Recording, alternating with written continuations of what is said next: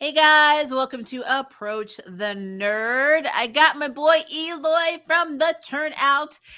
We are here today to talk about a movie that I'm sure most of you have seen, or else you would not have been commenting in the comment section already, and that is the MCU's latest release, Doctor Strange 2. Now I like the movie, and we'll talk to Eloy about his opinion in a second, but I have mixed emotions on some things, but it's just who I am as a person. I like to nitpick. It's what it is. Just get over it. It's who I am as a person.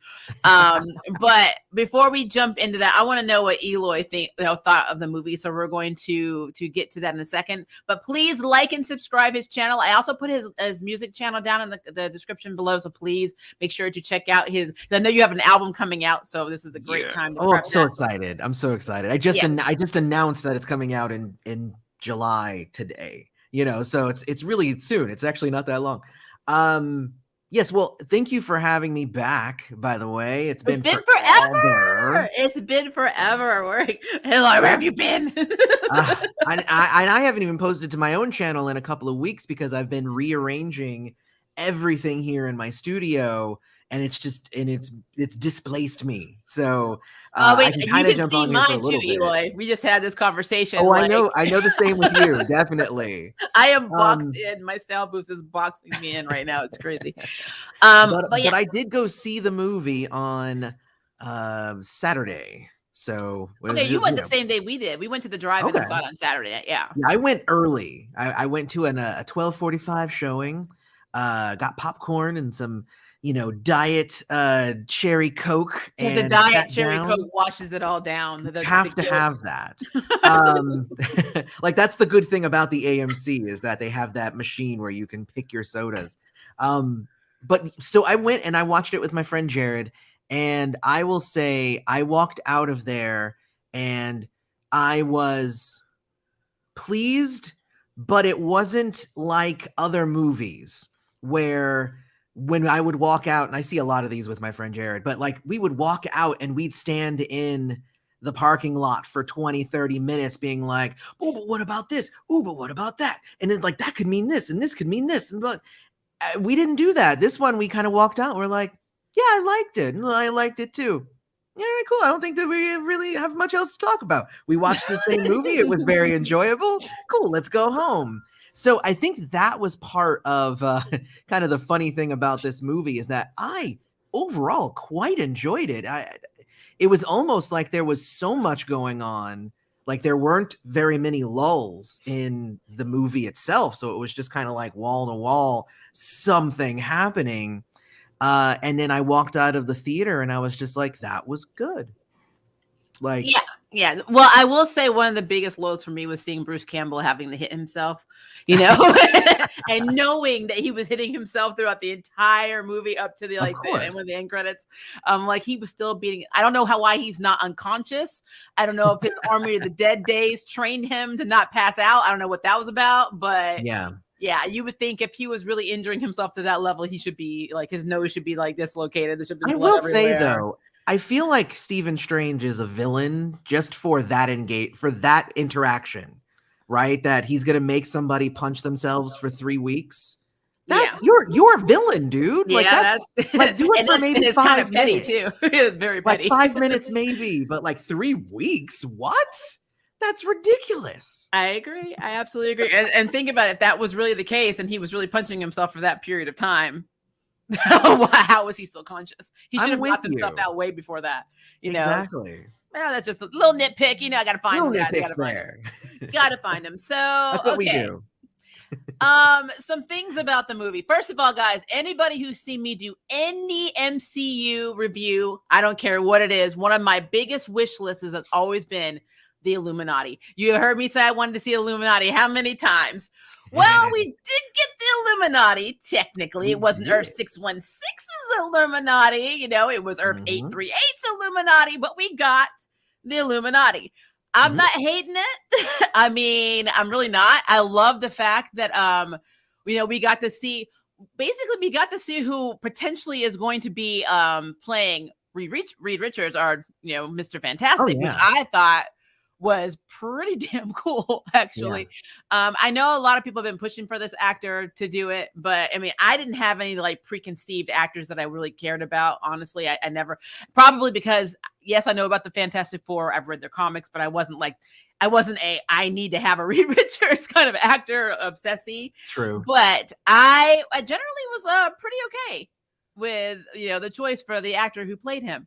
I like John Krasinski personally. Like most things I've seen him in, I have enjoyed his acting. So I'm fine with it. I think he's a great actor. I think he's gonna, he already did pull off the role pretty well. Yeah. He also is, if I recall, directing the Fantastic Four movie. I think I wasn't sure if he was directing or Yeah. assistant directing. I'm still not clear on how. It's on one or the other. He's part of the direction. But honestly, for me, I had heard that theory that he was going to be Reed Richards like a year ago. Yeah, so many people did like fan castings. Yeah, with but him when he came out, I was like, okay, yeah, hey, it turned out to be true. Like it was just theories before that. Turned out to be true. So I was like, hey, I'm good with it, and I think he did a good job. Definitely. Yeah, I mean, like I said, some of the characters in this were original to the 616 Illuminati. Obviously, Reed Richards was one of them. And then of course and Xavier, having Sir Patrick Stewart come out in his chair, I was like, oh, we got X-Men in this universe. I was our mutants in general, I was extremely happy with seeing Xavier roll out in the Illuminati. I mean, that to me, not having Xavier in the Illuminati is just wrong on so many levels. Yeah. Now, I love that they had basically Maria Rambeau in it. Yeah. But in this version, she's already Captain Marvel. Right. So that's pretty cool. They have my girl. Let me put it up here. They had who did they have? I was like, when I literally saw Peggy in it, I was like, oh. And this was my Captain Carter doll was a gift from Groove guys for Christmas, because he knows who I am as a person. Now, see, I was honestly surprised that she was there, because if you go with the alternate, if you go with Captain America, he joined the Illuminati for like this long. Yeah, it was like 2.5 seconds. But remember, Captain Carter is a completely, like, how she thinks is completely different from Steve. Oh no, I understand. So, I understand. But if she's kind of the, it's kind of the equivalent, like the good character. It's like in D&D, where you have, like, if you have a thief and you have a paladin, like the thief has to like not do stuff in front of the paladin, or the paladin's going to be mad at them. Well, yeah. Well, but think about it this way. So if you look at Earth 616 Illuminati, the one who was actually more against it to begin with were Namor and Black Panther, because they felt like, you guys don't know what you're doing with your own people. How are you going to make a group of all of us coming together, And the only reason they even agreed to do it is they had Xavier become like the person that was using his telepathy to make sure that everybody was on the up and up. So that's always been like their thing. So it's really interesting not to have a version of Black Panther in this, but it's a thing. Like I said, I want my 616 Illuminati, but let's be clear on this. We're never going to get it, because Iron Man actually is the one who proposed it in the first place, and he was killed off. So we're not going to have the 616. So I've accepted it. But remember, in Iron Man 1, on his screen, he had an icon on his smartphone for the Illuminati, which means the Illuminati already exists, and he was already a member of it. Well, it's supposed to be. As a matter of fact, remember, Illuminati was a side effect of, I believe it was actually before the Skrull and Skrull war, where he was like, we could have literally stopped everybody from being killed and all these people being, all these places being destroyed, had we just talked to each other, which is why the Illuminati was actually proposed to begin with. So, I mean, it is true. And I think that since Riri Williams is going to be the new Iron girl, basically, or woman, we're definitely going to probably have our Iron Heart. I like saying Iron Woman. I don't know why. Iron Heart just sounds too much like Braveheart to me. I like Riri, but I'm just saying it just sounds too much like Braveheart. But I think that she may actually take on his role in the Illuminati. But this is also implied that we already know who Xavier is. There's so many question marks that I have now, because if the Illuminati is a thing, does that mean we already know about mutants, or at least they already know about mutants? And that's just a lot. Exactly. It could be that Yeah, mutants already exist, and maybe Tony already knew about it. I mean, and we already know that Tony has been keeping tabs. Well, when he was alive, he was already keeping tabs on a bunch of different people, which is how Spider-Man came in. You True. know, because he was Very true. already keeping tabs on everything, and he's just like, "Hey, I need you for this thing," and he just never had to call on the X-Men and just allowed them to just keep living their lives, I guess. So It's like it's really interesting too. It's like, oh well, Tony's dead, but his legacy will live on through his his dark legacy. secrets and hidden agendas. But okay, so let's talk about Wanda in this movie as a whole. Now, did you Okay. not feel like everything she learned in WandaVision was like kind of retcon? It was like, and I understand it was the dark holds, because every time you read the dark Yeah. hold, it literally takes over who Right. you are. And so and they kept stressing that throughout the entire movie. Mhm. Yeah, once you read the dark hold, it's like once you turn black, you don't go back. That's basically what they're Pretty saying with the dark much. hold. It's just like it's Once just your what it fingertips turn black, is. you never go back. But remember, they're in the comics when she took on Chthon, which is like, basically the writer of the Darkhold. She Right. absorbs and becomes literally the Darkhold itself. That's how powerful Wanda is. Right. It does track, but I felt like, I don't know, I felt like Wanda's agenda was like what she learned in WandaVision, having all of that guilt and, basically in a way destroying a lot of these people's lives Yeah. by keeping them prisoner. It's like it's just like it didn't happen. It went completely away. And she was so okay with killing America Chavez to get her power. And I'm just like, wow. Now, to be fair, I love Sam Raimi. I've loved Sam Raimi since the first Spider-Man movie. It's Definitely. just what it is. But he himself, I read it in an interview, and I think Ray, you said it. It was one of the first comments up here is that he didn't watch WandaVision, and it's very clear that he did not watch WandaVision in this movie. I don't necessarily think that the two are not connected, especially knowing the fact that the Darkhold has the corrupting an influence on Wanda, and that's how WandaVision ended. It ended with her reading the Darkhold and hearing her children, and there's nothing that's going to keep her from not doing something to get her children.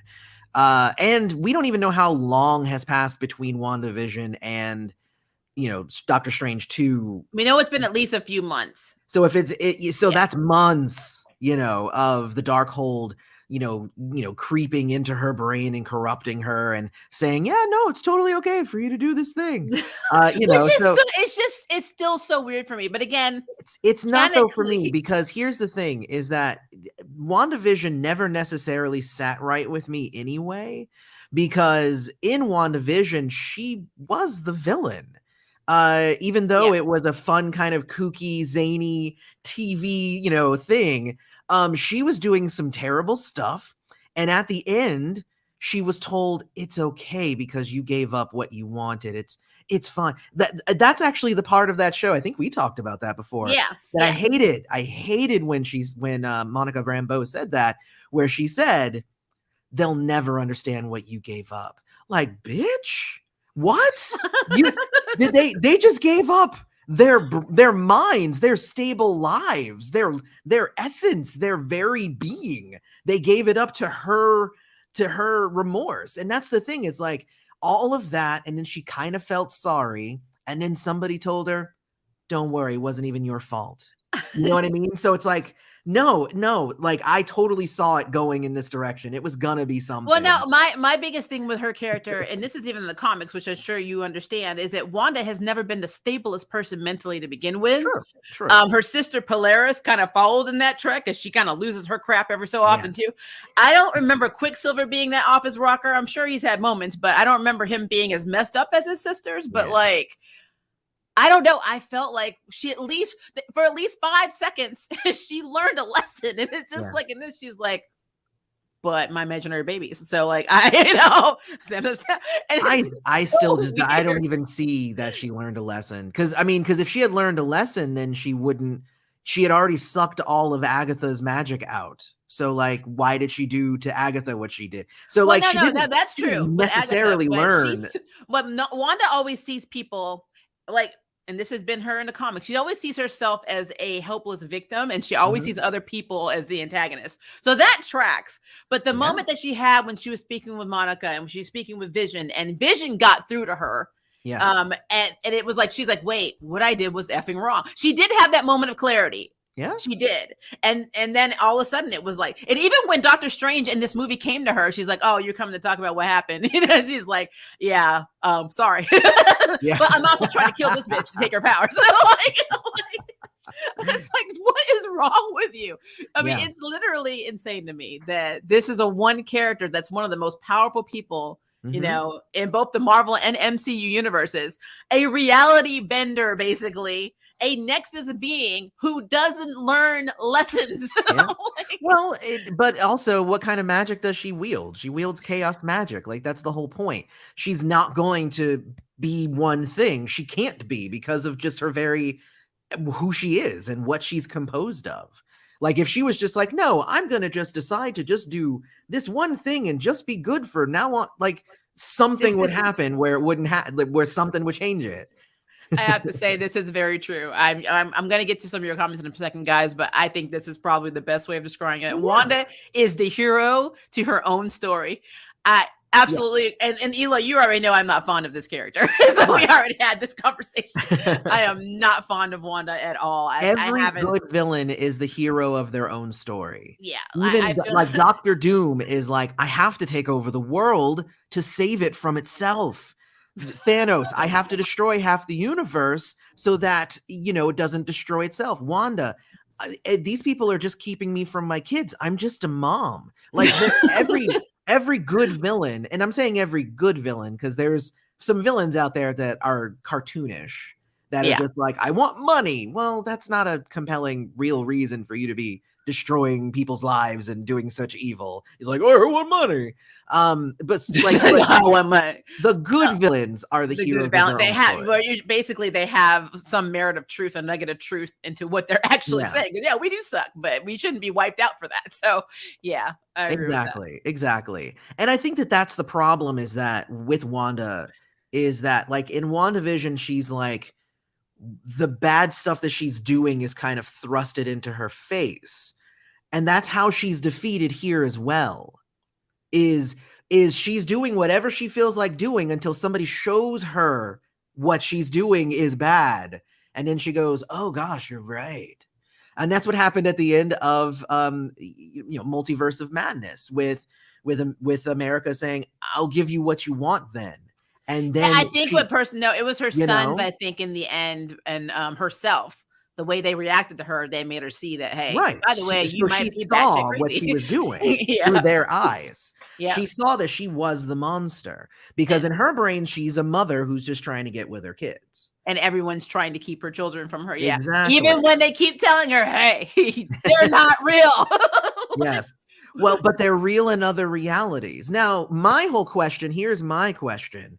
Why not pick a reality where you're not alive and your kids still are? If there is a countless number of multiverses that you could visit, go to the one where you are not there, and you don't have to kill another version of yourself. Go to the one where you're not there, but your kids are, and just be with those. That's set, because I bet they would invite you. They'd be like, oh, our mom died. You're our mom from another universe. That sounds wonderful. Please come take care of us. We love you. That's probably another reason. I know she justified taking the ability to cross dimensions from America. Basically, she tried to say, well, what if I find a reality and then I knock off their mother and become their mom, and then something happens to the boys and I need to fix them, that I need to be able to go another universe. So she kind of like said she was gonna like literally multiverse dimension jump. Oh yeah. But my problem with that is why? Because you are a reality bender. You can mold reality to whatever the hell you want it to be. That makes no sense. You literally created these children. You can just create them again. Yeah, but I don't think that we've seen any. Well, so we have in the comics and House of M. When she created them, then she she had to keep going, and so But I think the question here is, can chaos magic be used to heal things?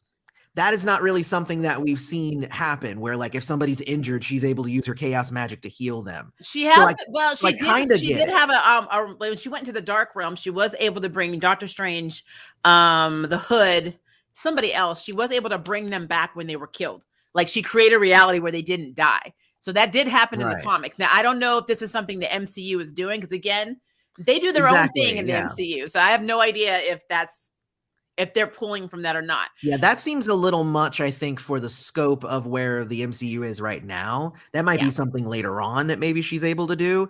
I think at this point, though, her chaos magic has been able to destroy, to kill, to warp things and stuff, not necessarily to heal things. And that's why I think her rationale there of, if my kids get sick, I can just jump to another universe. But that's the thing, right? Is that Wanda took over so much of this movie, but it is still a Doctor Strange movie.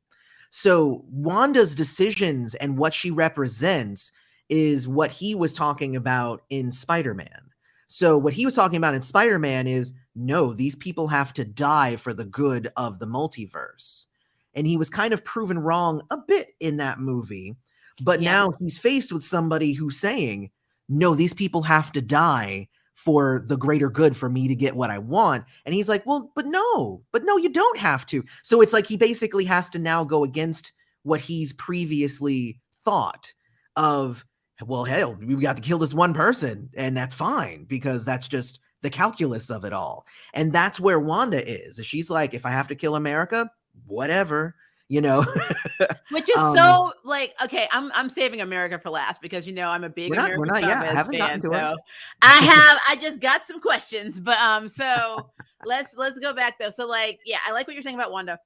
Like I said, I've always seen Wanda as this really effing unstable ass woman. Like throughout the comics, and every time they've retconned her, the one thing that's consistently about her is that she is unstable.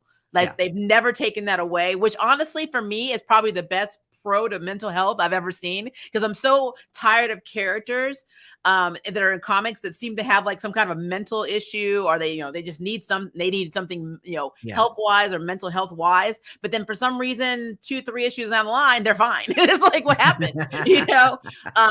Jessica Cruz and Wanda are the two characters I know right now. Jessica Cruz has PTSD, and of course in Marvel you have Wanda, who honestly, I don't know. She doesn't have DID. She's not schizophrenic, but she has severe PTSD to the point where her trauma is just, it has scattered her mind. She for somebody who's a reality bender, she's not, the irony is she's not in reality at any time. So when it shifts for her, it doesn't matter, because it's all like, it's ever shifting in her mind is basically what I'm saying. But also at the same time, like I get what she's saying too, though. And when it means that like nothing matters, right? That's the thing. The only thing that matters to her is getting to her kids, because it was the only time that she felt happy. Because nothing else matters. Even when she killed Vision, it didn't matter. Even when she let those people go in Westfield, she's still the villain. It didn't matter that she made up for it and whatnot. So like, she's a complicated character, and I would understand entirely why people don't like her. But I enjoy her as a character, because there's so many people who are saying like the things don't match, like it doesn't match. For me, this was a straight line from WandaVision to Multiverse of Madness with no skip. This was exactly where I thought. I don't know. I'm going to go ahead and disagree with that, because I get what you're saying. I just feel like the strives that I see what the director tried to do in WandaVision, but I see how Sam Raimi was like, that's cool, but Darkhold, let's just take that. And like, I guess I've always been that person that hates when the character's entire persona, everything about them, especially when they're very powerful and your mind's already fractured as it is, when everything is blamed on a book or blamed on an object. It just bothers me. It's just something that happens. I don't like the trope, but that's just me personally. So it is what it is. No, I get you. I'm not blaming the book. So No, I'm some of the reviews that I've seen, which yeah, is very rare, guys. You know me, I don't normally watch other reviews because I don't like to be tainted by stuff. But some of the comic boards that I'm on that were talking about the movie were like, they're like, well, it's not her fault. Everything was the Darkhold's fault. And I'm like, I'm sorry. I am not going to give her a pass for this. Definitely not. I don't agree. I think that she is who she is. The Yep. Darkhold gave her a new ability that she was not going to pass up using. Yeah. That's what I saw. Like, it wasn't that the Darkhold corrupted, because even like, even if you think about Agatha, like, did the Darkhold corrupt her, or I mean, well, the MCU Agatha is completely different. So that was a whole and we're talking the MCU Agatha here, obviously, because if we start talking the comics too much, then it's going to veer off entirely, and we're going to bring in. Yeah, I think that with Agatha, the one thing they did keep though from the comics is she was obsessed with advancing her power, and to the point where she even killed her familiar Ebony to get to gain a power of foresight. So I think that tracks with Agatha. It's just interesting because with WandaVision, I mean, you just saw this woman who just wanted infinite power, and then she's just power hungry, and that's all she ever was. And I'm like, there was so much more to that character. But again, and she's getting her own show, so we're gonna find out the rest of it. Yeah, I'm really looking forward to that. I really want to see, how, because to be fair, she was a lot older too in the comics. She was like Aunt May, so she was very old. Yeah, but I like what Mercenary says here. The Darkhold only brought out what was already there. Yeah, because that's what I say. That is absolute truth. That's what I say. I definitely do not think that the book was the thing that corrupted her. I think that seeing the book and knowing the power that the book held led her to make that choice to use that power. So definitely. Well, and then we'll see what happens, because if they are trying to do Young Avengers, then obviously something has to happen for her Children's Crusade then. So all right, so let's talk about Christine. First of all, Rachel McAdams, you make that money, girl. You make your money. She's like making the money. I enjoyed Christine tremendously. I enjoyed the fact that they kept with the trope that no matter what the universe is, Doctor Strange will never be with Christine. It just is not meant to be. And I think what put the knife in that and just said, you know what, seal it in a box and it's done, is having Clea show up, and say, hey. And I'm like, oh, so your wife's here. When I saw that, I was like, okay, I see what we're doing, which is ironic because at some point she actually becomes the Sorcerer Supreme herself. Now I don't know if they're going to keep that, because again, that's a comic book thing. Doctor Strange, when he died, he had trained her in magic, and so she was able to become Sorcerer Supreme later on, and in her reality when she was with him. So I had no clue who she was when the credits came up. Oh, really? So I went and I looked her up, and what I read said that she was the Sorcerer Supreme of the Dark Dimension. So she becomes the Prime Earth's one after Steven dies, but that's in the comics like later. She has a very long history, So, but yeah, when I saw that, I'm like, oh, so your wife has shown up, so that's great. That's just more indication that we will no longer see Christine. Well, there you go. Which I'm okay with, because that's part of, like, that's why at the end he fixed his watch, because that watch was a representation of him holding on and thinking that, that accident was what ruined his life, and the broken watch is his broken relationship with Christine. And when he fixed it at the end, that meant like, all right, cool, I'm good. I can move on now. Perfect time for Clea to come in if she's a new love interest. So bam, sounds great. Yep. I thought it was cool. I love it. She immediately was like, you caused another incursion. I'm thinking the incursion's been happening for a while. It's not just he just started. They've been happening for a while. I mean, since Wanda decided to play with the Nexus Bridge, it's just everything's gone to crap. So I mean, it's ever since Loki and Sylvie killed the one who the one who remains. You're like, what's his name? I didn't remember. But that's I mean, because they've already confirmed is that when that happened, that's when all these other. Oh yeah, that's when they all split. Basically, if Loki and Sylvie had not taken out the He Who Remains, then the reality where Doctor Strange messed up the memory spell for Spider-Man would not have existed. It would have been pruned. And then that would have led to this whole multiverse of madness would have been pruned. Like, basically, the whole thing that happened in Loki is what's allowing these weird multiversal movies to even happen, because otherwise they would not exist. True. Well, I will say this: having the multiverse split like this, seeing Clea, which probably means we're going to have Dormammu. I think is how you say it. Dormammu. Yeah, Yeah, Dormammu. I always say his name wrong.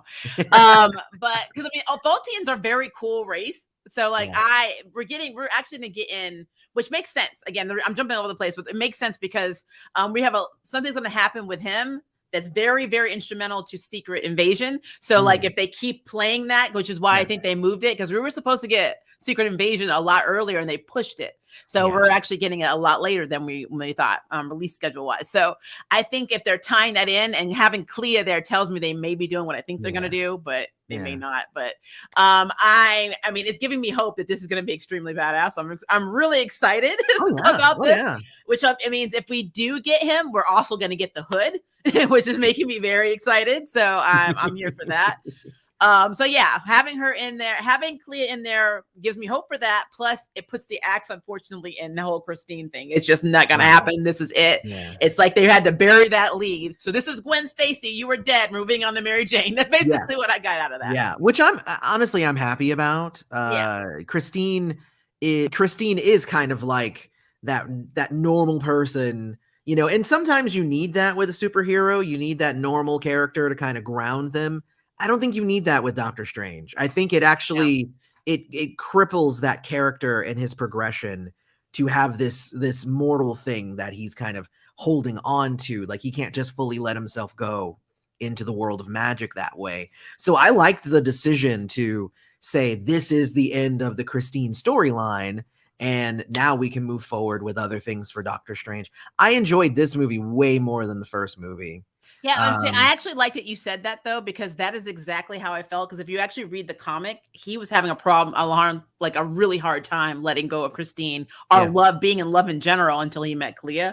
So that she was kind of like the catalyst for him getting over it. And having her just be there just is kind of, for me, it's symbolic because I read the comic. So it's like that, to me, is pretty cool. Every so often they do something that's similar and I'm like, I am okay with that. I'm okay with this. That's the thing with the MCU. It can be similar. They don't want to do the exact same thing. Because there should still be surprises. There should.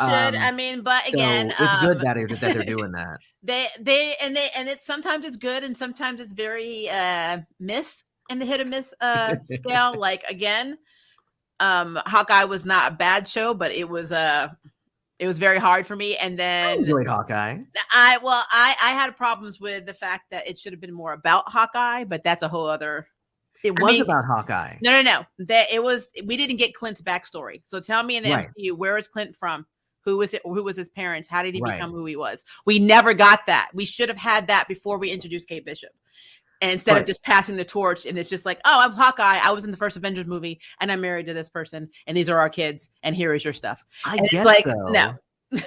I mean, I already knew that the mantle was being handed down. Yeah, we knew that, but again, we never got to know about Hawkeye. Clint. So the show was about Hawkeye. Basically, it was about Kate Bishop. Most of the show was about Kate Bishop, but that was purposeful because she's Hawkeye now. Yeah, but my thing is, I needed them to give us Hawkeye. I mean, we even had a Black Widow movie. We should have had something. I feel like the most shafted Avenger is Hawkeye, if you really think about it. I mean, possibly. But that's to say something like, well, in the Black Widow movie, we should have seen her entire growing up, and we needed to know where she was from. We didn't get any of that in the Black Widow movie. All we got was one of her past lives. Yeah, but at least we got to see some of her make-believe family, her family, like her sister. We got zero. As a matter of fact, I'm not going to spoil this for anybody who has not seen Hawkeye. There was a character in Hawkeye who is basically very instrumental to who Hawkeye even is, and was made a second-string character, a character that was nothing to him. They had no connection. They sat across from each other and didn't even know who each other basically were. Yeah. And this was a father figure. Yeah. So like that is. But they've already. Like, okay, but he's a complete. That's what the MCU's doing, though. I know. They left that storyline. There is no circus. I know. They're like, Clint, we don't need your backstory, baby. We just need you to live in the present. Other people can have that. You cannot stay in your lane, play with your bow. I'm It kind was of fun. okay with it. I So, mean, Hawkeye was never I am not. necessarily So my favorite anyway, I am just so not. Yeah, I was I'm never. kind of I'm not okay okay with with it. that. I like Kate though. I like Kate a lot, Oh yeah, so yeah. I was Well, Kate also okay Bishop with is that. also one of my favorites. I love her and Yeah. America Chavez's relationship, which is And another Pizza thing that is Dog. not. Yeah.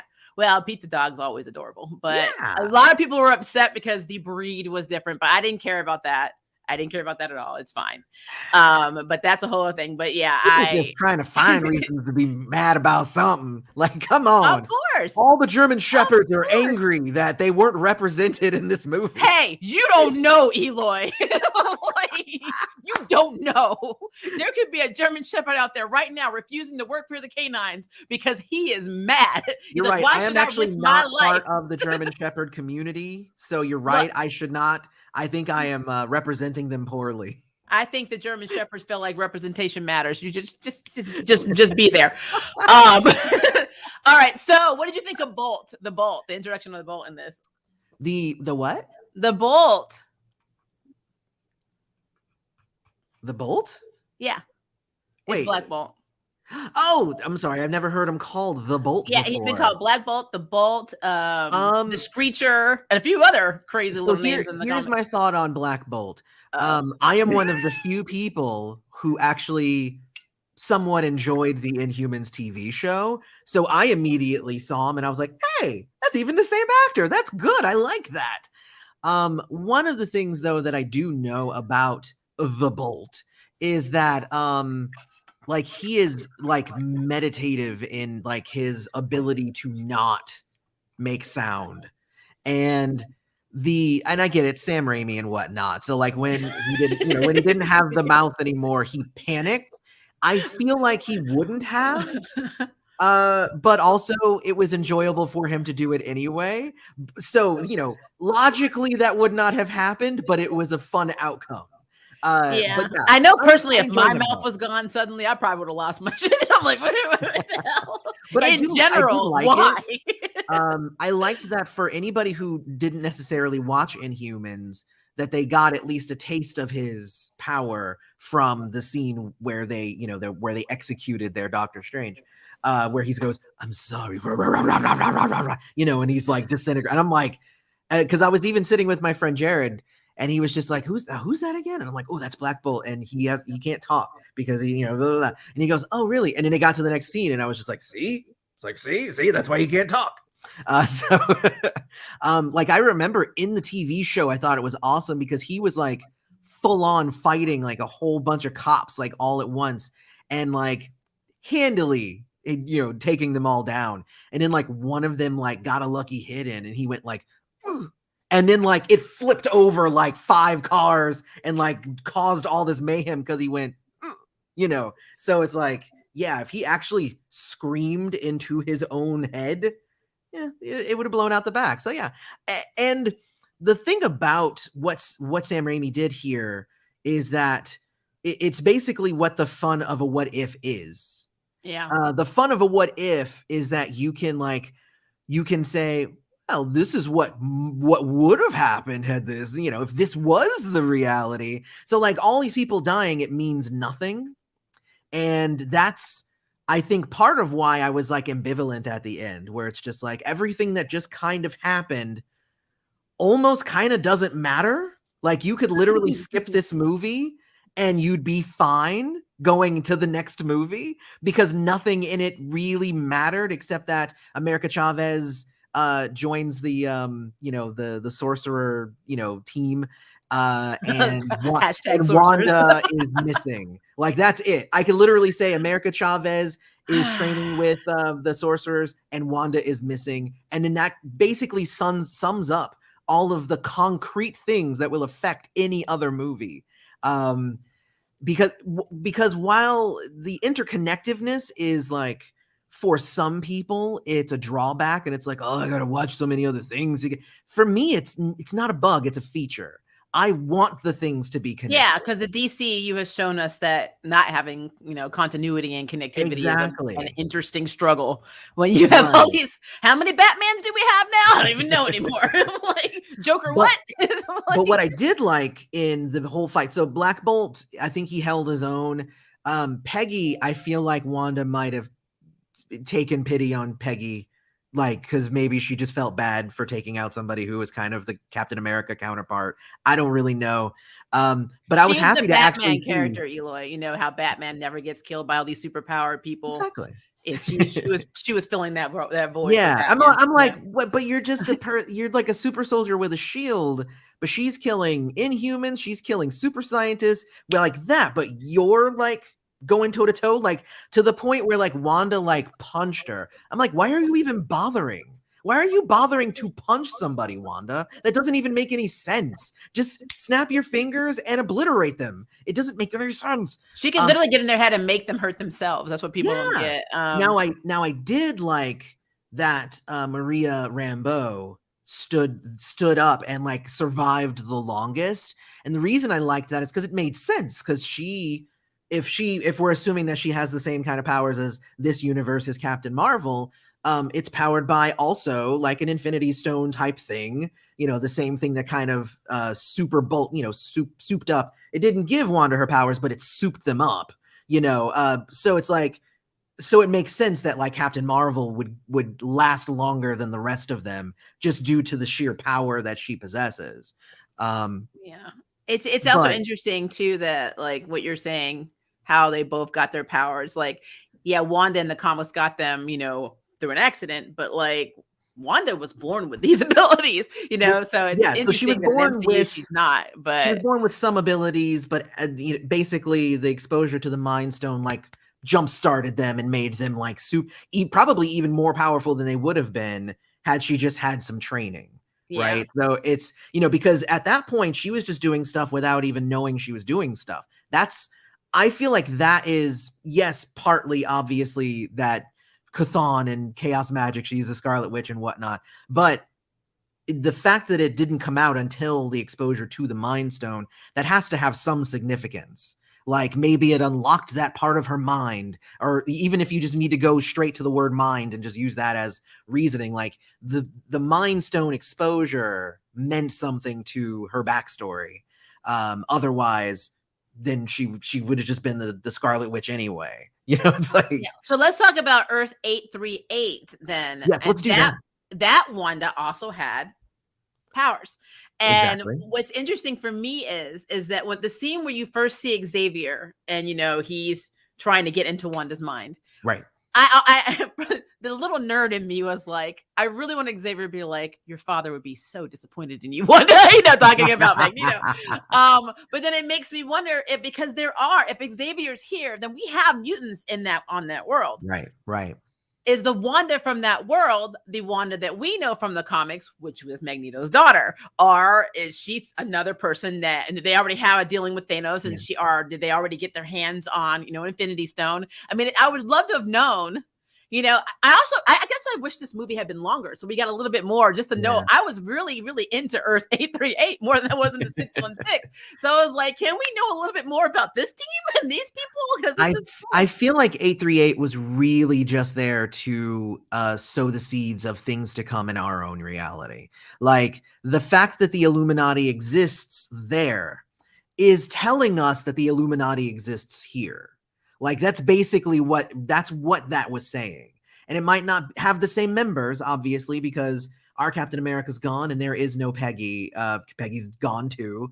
We have a different Captain Marvel, and with the X-Men and stuff, it literally could be that like the X-Men are around, but maybe they can recast Xavier and say like, well, in our reality, mutants weren't started to get born until like 50 years ago, as opposed to like, 100 years ago. I mean, so like, it could even just be our reality is where the mutants started, 50 years ago instead of, a long time ago. So, and maybe Xavier is younger in our reality. So, I mean, there's a lot of different things that you can do.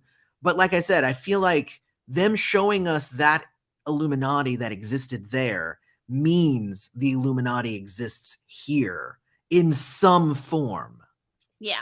And if that, and when you said the Black Panther thing, I think that was a big deal. I feel like they probably would have had Black Panther there, like Chadwick Boseman would have been there if he was still alive.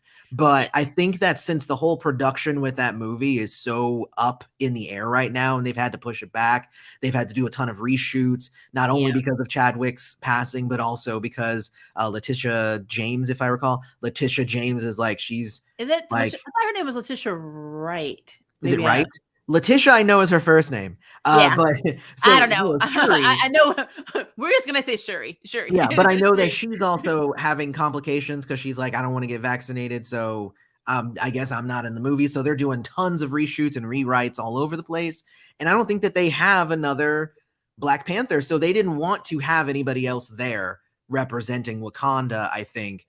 Mostly from, I think that was a behind the scenes decision and not necessarily a decision that, which I thought they probably would have used Shuri, because in the comics she does become Black Panther, but it just like it's, but I kind of get it. And I don't know, they could have actually had somebody in costume imitating his voice like they did, and What If, I don't know, there's a lot of things. Well, no, actually, no, Chadwick was him and he was still alive. No, he was him. That was his last. But maybe they could have had, as a voice actor, we can imitate people. So I'm just wondering. But I kind of get it. I was actually more confused that Namor wasn't in it, but that's because they name dropped him in Endgame, so I just figured unless they haven't cast him yet either. So I mean that could be a lot of a casting. Oh gosh, I think they do have. I think that there's been rumors again. There's rumors as to who it is. I don't remember the actor's name, but I mean I think they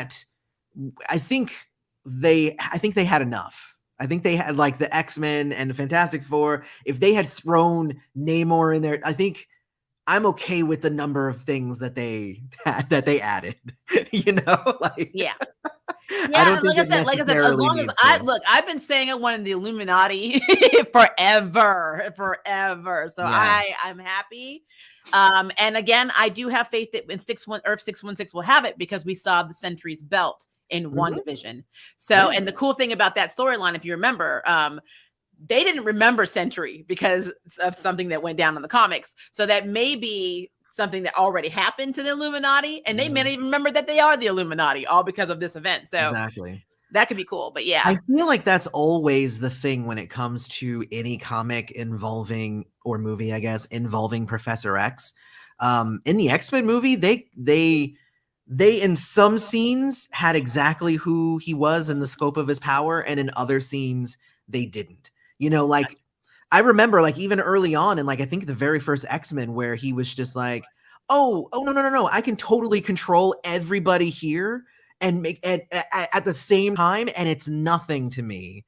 But then there's moments where it's just like, I just can't do it. It's just like, no, like anytime Professor X is involved, saying you don't remember that happened is 100% okay with me, because that's him.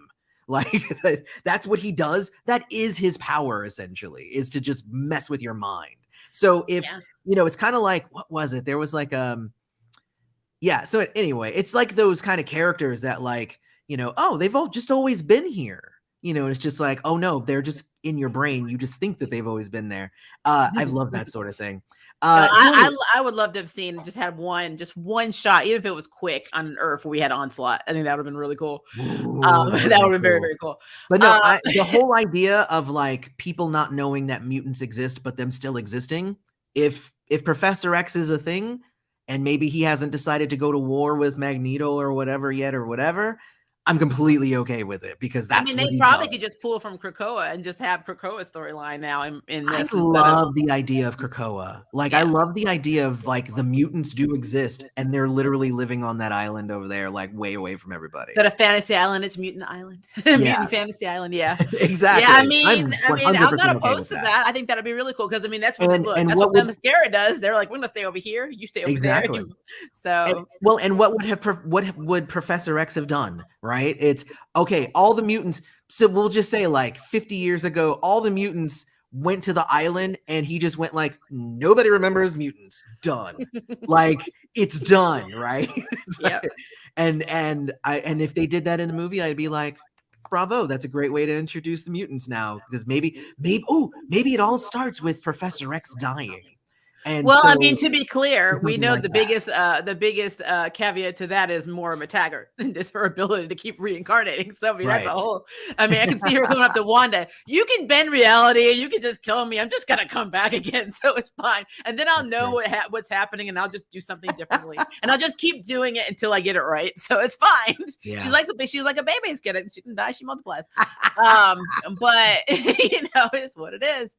But no, I like that. I do like that idea, and like it's really interesting because 838 didn't have Avengers, and they didn't seem to have Right. Shield. Like nothing Yeah. of that we have in 616 was even applicable. Like I like when I love when they were talking about Spider-Man in this, and because America has gone to different multiverses, Yeah. and they were saying, oh yeah, no, this is something that happened with Spider-Man. She's like, Spider-Man, there's a man with spider powers, and she's like, and then she say something like when he farts the spider web, something like Yeah. that, something kind of crude, like the spider webs come out, and he's like, I hope not, like something to that level. I thought that was really funny, making fun of him, because that's literally something that I think people would probably, assume about him. Do webs come out from everywhere, Peter? So I did like how they were playing on that. I enjoyed that. Yeah. So I thought that was cool. Just like we were talking about, the whole thing with Christine, and I kind of felt them getting rid of the Darkhold in every dimension, in every multiverse, was interesting, because I didn't think that was something that could happen. So I think it couldn't have happened except that Wanda was at the temple, where it was kind of like the centralized point for the power. I think anywhere else, if she was anywhere else, maybe it wouldn't have been able to have happened, but it makes sense that that's like her last thing, and then the whole thing crumbles, so all the magic So is let me ask you that gone. question to that point then. Sure. I could see her sitting on the Nexus bridge, the focal point of all of the connected bridges of the multiverse, Sure. and doing that. But Sure. doing it from within a certain universe is interesting, because she's more powerful outside of a universe. So like, I wonder why they didn't have her just go into that central point and then be like, I'm going to take all of them. Because I mean, I get it being very effective there, but in every multiverse, it's just really interesting. I had to have a question mark there, because that's, that was a question for me. It's an odd thing, but I'm kind of okay with it. I think what they are wanting to do is remove that as the MacGuffin anymore, and now that's the interesting thing, is now we will get to see where Wanda goes without the book. Was the book to blame? Because if the book isn't there, then she should kind of go back to being kind of normal Wanda, even though she's never really been normal. I was gonna say, she needs to start being normal to go back. Yeah, but I don't know. I still think that probably at that point, even in our universe, the fact that she was able to send demons across the different multiverses and all that stuff, that means that she has reach. So I don't know. I'll allow it. It's just a creative storytelling. I mean, she was able to do it by using the dark, using the Darkhold to possess, and then being able to pull the creatures from that. But it's very interesting. It's almost like when you talk about the MCU's version of time travel. It's very confusing. Doesn't make any damn sense. So I'm like, can't really argue there. But no, again, there's so many points that I did like about, having Juan in the movie, to me, even though he's the Sorcerer Supreme, I guess I kind of I love that he was there, but I kind of wish he got to be more of the Sorcerer Supreme, because it kind of felt like he was still doing the same stuff he did before he got this promotion. You know what I mean? So it's like, I wish they had more like a badass, this is what the Sorcerer Supreme is actually capable of kind of moment. Think, well, I mean, what I gathered from the title of Sorcerer Supreme is not necessarily that you're any more powerful. It's that you are entrusted with all of like the secrets that you can't just tell anybody, and you're like the main person who, knowledge. I think it's a knowledge is power sort of thing. Well, no, they also know more magic than a normal sorcerer would. So they definitely have more. He even kind of implied he knows stuff that Stephen doesn't, and this is what they give you in the manual and all that stuff. So yeah, you're right. They do get all the secrets, but they also get all the forbidden magic and stuff you're not supposed to do. Well, and knowing Wong though, at this point, like Wong isn't the kind of person, and he hasn't really necessarily been Sorcerer Supreme for that long. He's everything that we know about him is that he's not necessarily the kind of person who's gonna like, oh well, I'm immediately gonna start dipping into the dark dimension. Like, I'm sure it even took the ancient one. Is that right? The ancient one? I think it even took her probably much, much longer before she decided she needed to start dipping into the dark dimension powers and stuff. So, I mean, like, I would say that he's basically still him, but he knows more, not necessarily that he's ready to just implement that stuff more. If that makes sense. Yeah, and see, this is where the Sorcerer Supreme is a mantle of power, and it's stated in the Darkhold that has access to all the knowledge and artifacts, which is true. So I do kind of agree with that Wand would be held back. It always amazes me when a character is like, okay, all my people are dying, all this is going down. This woman's about to mess up the multiverse. That is the one time that you get over yourself and say, maybe I need some help. Because when Doctor Strange literally used the Darkhold to possess a dead body, which was ultra forbidden, he was like, go Steven. I'm like, are you kidding me right now? Well, and I think that really does kind of show that's the mindset of Steven, is I will do anything, whereas Wong is, there are some things that I won't do. They're different characters. I don't think everybody needs to necessarily be the I'll do anything at any time just to survive sort of. You notice he did take her to the temple and all of that stuff. I saw one post that was just like, just to save like a few students, why would he have taken her to the temple? But part of this movie was also about basically like working together with others. And Christine said it, like, you are always the one that needs to hold the knife. And like, you're always the one that needs to control things. Well, yeah, we know that about Doctor Strange. He needs to be the hero of the story. Well, this movie was him getting over that, though, right? Yeah, I think it's really funny that if you really think about Wanda and him, they're essentially technically the same person. Wanda's just more in her head, and Steven's more ego. Well, and the way that I look at it is where Steven needed to get with this movie, which was the ability to rely on others. Wong's already there. Wong was like, I'll take her to the temple. I know my boy's got my back, right? I know that these people are going to come. I know I have students. The one student who like stabbed the Darkhold, I was just like, she's a freaking hero. Cool. Like, yeah, she was cool. He knows he has people to depend on. He knows he does not have to do everything. So when Steven shows up, I bet he was like, yes, I knew he was going to show up, because I already know that I can rely on others, where Steven had to learn that in this movie. Yeah, well, it's just like I said, the whole thing of the history of the comics of the Sorcerer Supreme is that they are the ones that are the extremes. So Wand, in theory, it's kind of like not really, I guess, what we know standardly as material for that role, because they are the one. It's almost like they're the last one standing. When all the morals and all the traditions go out, well, we just got to return to the dark ways, basically, and just fix everything. Well, even if you look at the ancient one, she did shady stuff. She did some shady stuff to extend her life. Yep. But otherwise, she was a good fighter, and she utilized the mirror dimension a lot. But it's not like she had like a billion extra spells that no one else had, and she was pulling them out willy-nilly, at every scene and doing everything. She was basically doing all the stuff that a normal sorcerer does. True. But she knows more. But yeah, she knows a lot more about the Darkhold, because one thing we do know is that Wanda does not. She knows what she read spell-wise, but she was freaking out when it was destroyed. Yep. And the whole reason she had to go to the cave is because she didn't know how to utilize anything without it being in front of her. So that was interesting.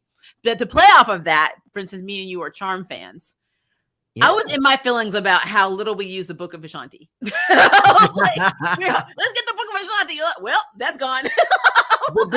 the book of Vishanti was there as yet another MacGuffin. It was the Book of Shadows from that's the whole thing. Well, yeah, it's definitely the Book of Shadows. But that's how I feel about it, right? Like, that's, I think, why Sam Raimi destroyed the book at the end.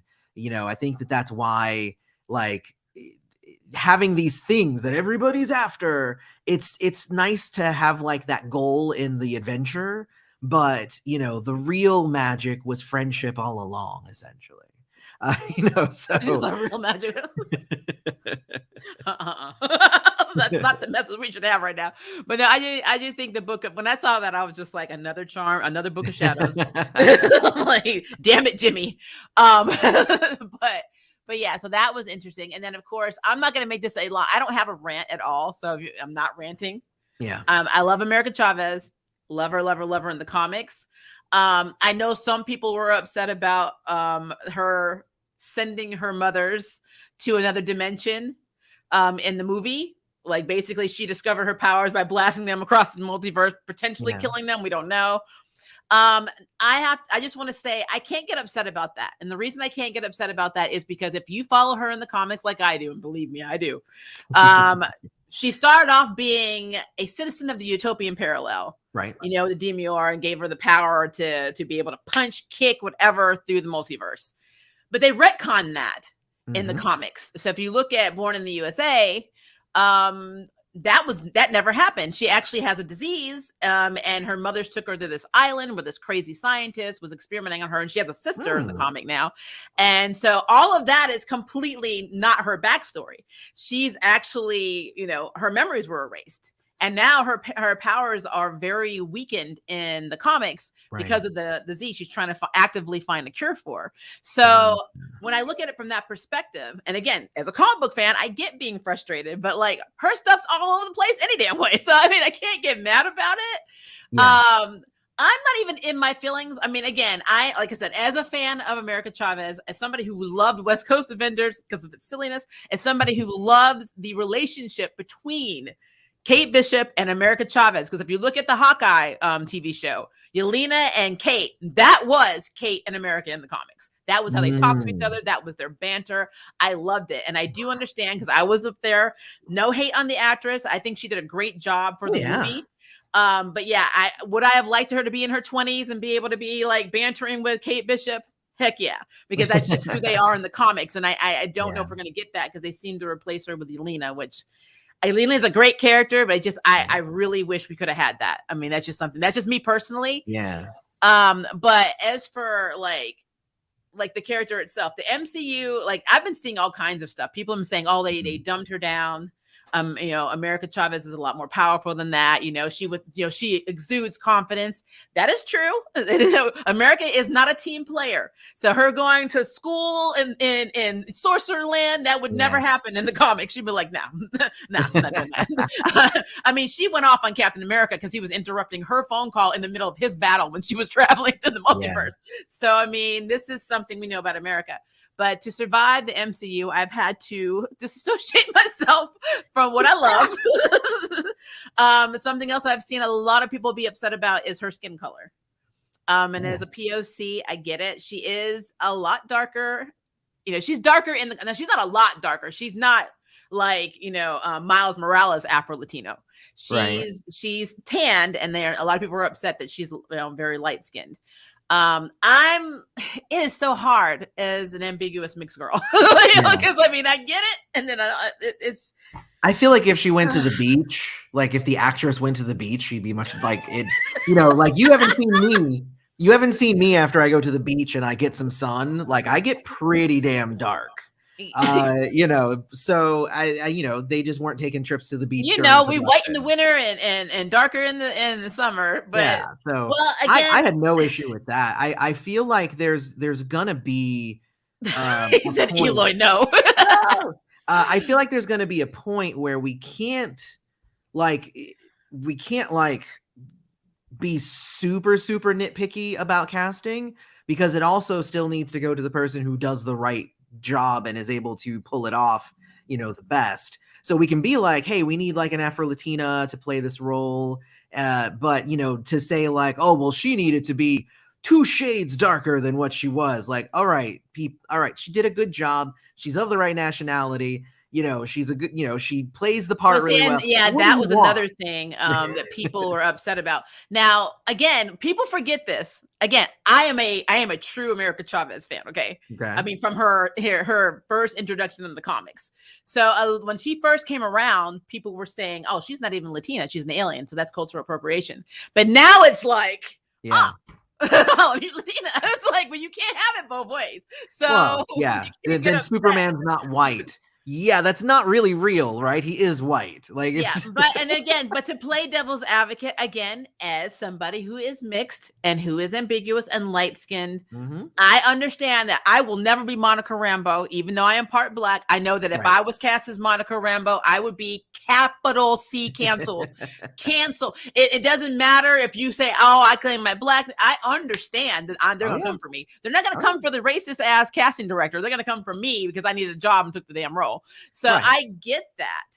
And unfortunately in the Hollywood, this is how it is. It's always that way. I get it, but by saying she's everything but dark enough is just, that's like the brown paper bag test. Like, it's literally like, it's kind of sickening if you think about that. Like, I know colorism is a thing. It is a thing. I'm black. I get it. It's a thing. But it's also not a thing that I feel like we should use in casting necessarily. Again, if you are everything that this role needs, but somebody says she needs to be 2 shades darker, that's terrible. That's pretty bad. Yeah, like I said, there's a history behind, and like I said, it's it is such a conversation because, again, as an ambiguous mixed person, it is very difficult because I know for a fact, and I mean, we see this across the board, there are times in Hollywood where mixed people, biracials, multiracials are cast as monoracial, especially characters that are meant to be darker. That happens across the board. And her being, actually Latina, Hispanic, whatever she identifies with, that is her, ethnicity. But at the same time, if people are like in their feelings because they want someone to represent them, you can see it on both sides. I get it, but to me, I'm just gonna put some of my Maria-ism out to you. Do you know, as a mixed person, how many people are half and half? And throughout history, I put in a monoracial box and said, this is the first this and the first that and the first that. They're never the first mixed person. So I feel your pain, but that is the game. And that is the one we play. Look, really quickly, there's a show called SWAT that comes on. I like it. Love the movie, like the TV show. Hondo represents the black demographic. All the racist stuff happens to him. Did you know his mama was white in real life? Mic drop. Mic drop. But you know what people don't say? How come they cast that mixed guy in a black man's role? Because his skin was darker. It's the game. It's the Hollywood game. It's just what they do. It's what they do. But as for the actual character, the acting, I didn't have a problem. I thought she was adorable. She wore a pride pin, so that implies, that she could be good. I can't blame the actress because the MCU does erase queer people a lot. So I'm just saying there are characters that are actually blatantly queer and they don't talk about it in the movie. I know 3 offhand that have been in MCU movies that they don't talk about sexuality.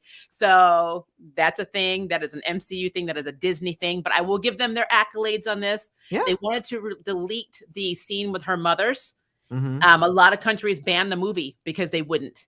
And Disney stood to their guns. And I don't know if it's going to last, knock on some imaginary wood, but I am here for it as a queer woman that they did not pull out a 10-second scene that apparently ruined the whole damn movie. Right. They weren't even kissing. They were literally playing with flowers. I mean, they were standing next to each other. Yes, exactly. People are cray and nasty, so that is what it is.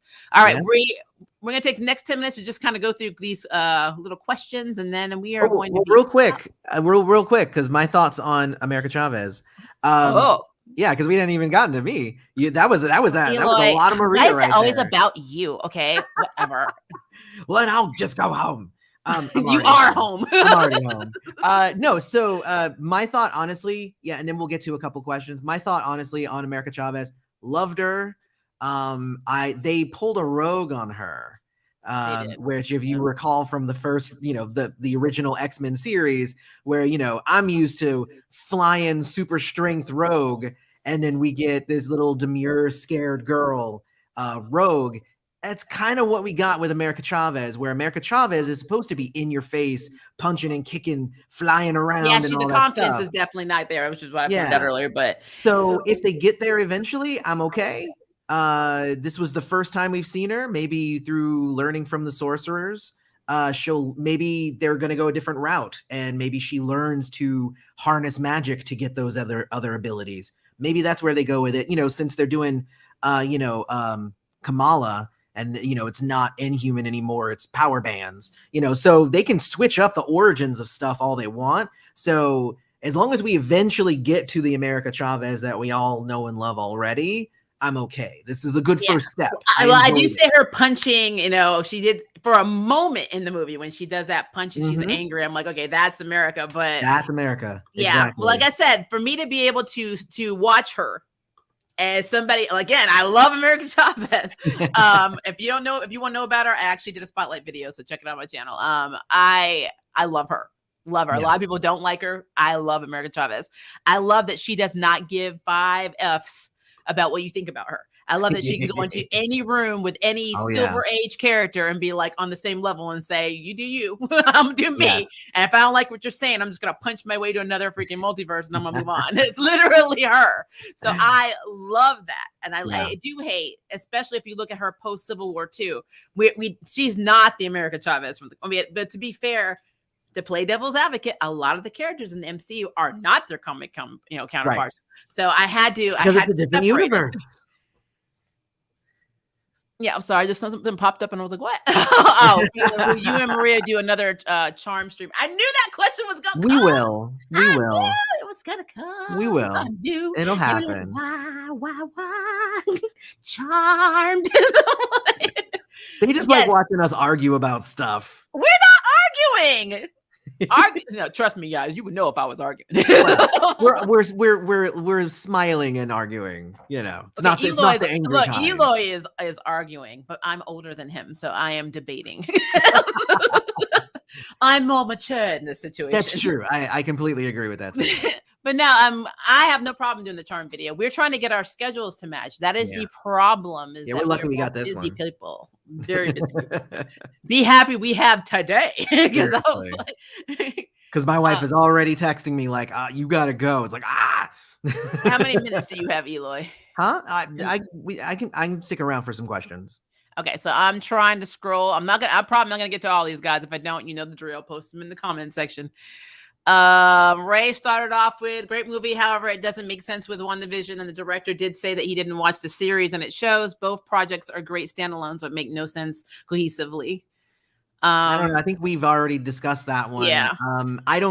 I think that the only reason why people think it's, well, and not everybody, but I think a lot of people are taking that statement and making something out of it that it's not, right? Like, I don't think you necessarily needed to have watched WandaVision to make this movie. I would agree with that. I don't think that the movie would have been substantially different had he watched it. So that's my thought. Yeah, I'm going to play a little devil's advocate that some of the points you're making I do agree with, especially the movie undo pivotal arcs of beloved characters and makes you want the final episode wonder what it was for. Why not keep up the hex and stay in her world? Which, I mean, again, now the only thing that makes me be okay with this is the fact that I know the character is fractured in her mind anyway. Yeah. And so since I truly believe that Wanda has never lived in reality at any point since her very first movie in the Avengers, I don't feel like that part is out of character. Yeah. But I do wish that she was capable of learning a lesson. Right. Well, I think it's exactly what you said, though, is that in the hex, it was all make-believe. She didn't want that. She wanted the real thing. She wanted real kids.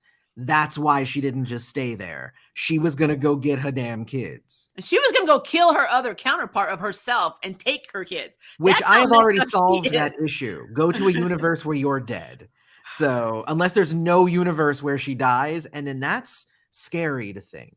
Yeah, that's actually extremely terrifying. It really was terrifying to me is a bunch of worlds where they all meet and team up. That's not a good time. Even worse. That is not a good time. Why do people think they can take on Wanda? Because they're crazy. Well, also because people don't necessarily understand the scope of her power. If you think about it too, in the first time that the world has ever seen her, she's able to make cars fly. Like she can make cars fly and make you have bad nightmares. That's really what the world knows about her. they don't know the Scarlet Witch and bending reality. Like, the world doesn't necessarily know that. So yeah, I mean, if you think you're just going up against somebody who can throw some cars around, yeah, let's go get her. It's like, whatever, but then you're faced and you realize that that's not all she can do. Yeah, and if you want to know like her power scope and who we think who has a good shot against her, go watch our video, Scarlet Witch versus Zatanna, because you will learn a lot about Zatanna that you probably did not know. She's not just a party trick girl. So just saying. I'm trying to skip along. Hello, people are saying hello to everybody. Kenny Lowe, hello Godzilla. How are you doing? Down. This movie has many multiverse and with a sprinkle of madness. I agree with that. I would agree. I think for me, I kept waiting for it to get more madness. Like, it actually seemed like it seemed a little tame. I was waiting for it to be way bonkers, but it seemed actually it was pretty cohesive. Well, maybe that's just like we said. Maybe they're referring to Wanda's madness, like, because she is like the Mad Hatter. That could be it. I think it kept escalating and then it stopped. And I was waiting for it to escalate more, and then the movie stopped. So it was like, that's kind of where I was at with it. I think that's why I walked out of the theater and I'm like, yeah, that was pretty good. When I was watching and people kept saying, but Wanda, your kids are real, I was thinking, you guys do not know how to talk people off a ledge. Do not tell her. That's just gonna make her crazier. Stop. What's wrong with you? It's a rumor of fan direct casting for now. There was no director for the Fantastic Four director. Another rumor is it will be Peyton Reed from Ant-Man. Oh, wow. Yeah, I'm fine with either. Yeah. I didn't hate Ant-Man. I mean, yeah, they made a lot of changes and they made a character a little bit more stomachable that was an asshole, but whatever. I only know it was a different version. It wasn't Hank Pym, right? It was, it was a different one. Well, yeah, I mean, like I said, MCU changed. I mean, everyone just thinks that, that Vision was created, by Iron Man and Professor Hulk, and that's not what happened. It was actually Hank. That's definitely not what happened. Yeah, but because they hadn't had, that movie came before the first Ant-Man movie. There was no way they were going to have that in the script. So, I only know Joanne Krasinski. Is that how you say it? Krasinski. So I think that's spelled incorrectly. Okay, we're gonna call him JK. I only know JK, not to be confused with Crazy Rawlings. From The Office. Haven't seen him in anything since. Doesn't give me read, and his acting in the film was very phoned into me. I don't know. I actually liked him. I did. I liked his take on Reed, but let's be clear. For me, Reed was not like the best or the most emotive person in the comics to begin with. So now then Mr. Terrific, that's a whole other story. But I actually really enjoyed his take on Mr. Fantastic, and the reason why is because as soon as he entered the room, he took it over. You'll notice that because he is the smartest man in the room, and he didn't necessarily talk like he was the smartest person in the room. It's because when you're the smartest person in the room, you don't have the need to do that. You don't have the need to prove it. You have no need to prove it. I already know I know more than you, so I can just talk to you like a normal person because you're stupid. So I'm almost in a way of like, I have to talk simply to you because otherwise you won't understand. Because you're dumb. Because you are dumb. Let me use slower words. So that's how I took it, because the way that he came off, he came off like less arrogant about his smartness and more just like, no, I just know that I'm super smart. So I have no need to prove it. I don't know. I liked it. It didn't seem phoned into me, but also he wasn't on screen for very long. Yeah, and plus, to be fair, the information that he was giving was that he killed Steven. They killed Steven's counterpart. Yeah. So it was almost like he was like disclaimering. So he helped create this group. Yes. And then he went a little cuckoo with Darkhold, and then he told us that we needed to take him out, and then we agreed, and then we did it. Yeah. We feel remorseful, but this is pretty much what happened. So him giving that information, and remember, this is somebody who's extremely logical, and he's having to do something that's more emotional. That actually tracks to me. So now I will point out that a lot of the other, I've watched a lot of like theory stuff about the scene with the Illuminati, and everybody keeps pointing out the empty chair. Everybody's just like, who does the empty chair belong to? And here's the answer, because I watch the movies and stuff.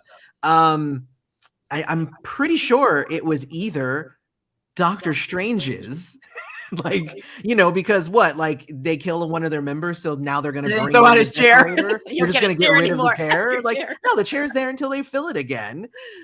Or and maybe I wasn't tracking it right, but like Baron Mordo was up walking around a lot. Yeah, Mordo was walking around. It and could we have been haven't just really his discussed chair. It was Mordo. empty because he was walking. Like, Oh, thank you, Eloy. You forgot to talk about Mordo. I'm tired. Okay, so this is going to be fast.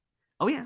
Again, just like Christine, retconning, you know, basically not retconning, but giving us closure on Christine can never be with Steven in any multiverse. Mordo seems to always be an antagonist to Steven in every universe. That makes sense. Yeah, so That makes sense. I enjoyed his character. I didn't like that we haven't seen him, but they acted like he's been after me now for years. And it's like, but has he though? Because he really hasn't. So yeah, they're going by the comics that he that's is. kind of like, how I felt his about arch it. now. I feel like a little bit more show don't tell with Baron Mordo, even if he was just in the background.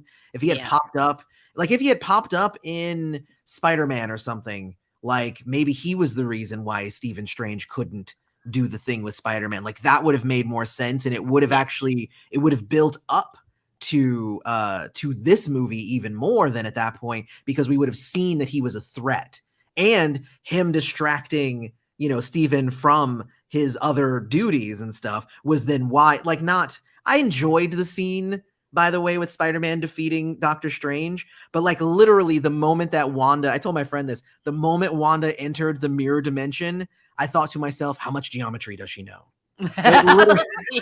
Literally what I thought in my brain. So, you know, because you can't beat him with geometry. So study hard, kids. No, but the answer to who wins in a fight, this is always the answer. It's like, who wins in a fight between the Hulk and Superman? Who wins in a fight between geometry? It's whose comic is it? That's the answer. It's it was always a Spider-Man movie. Wants to win. Yeah, who the writer's preference is in the comic. It was a Spider-Man movie, so Spider-Man won that fight. There was zero reason why Spider-Man should have won that fight, but it was a Spider-Man movie, so he did.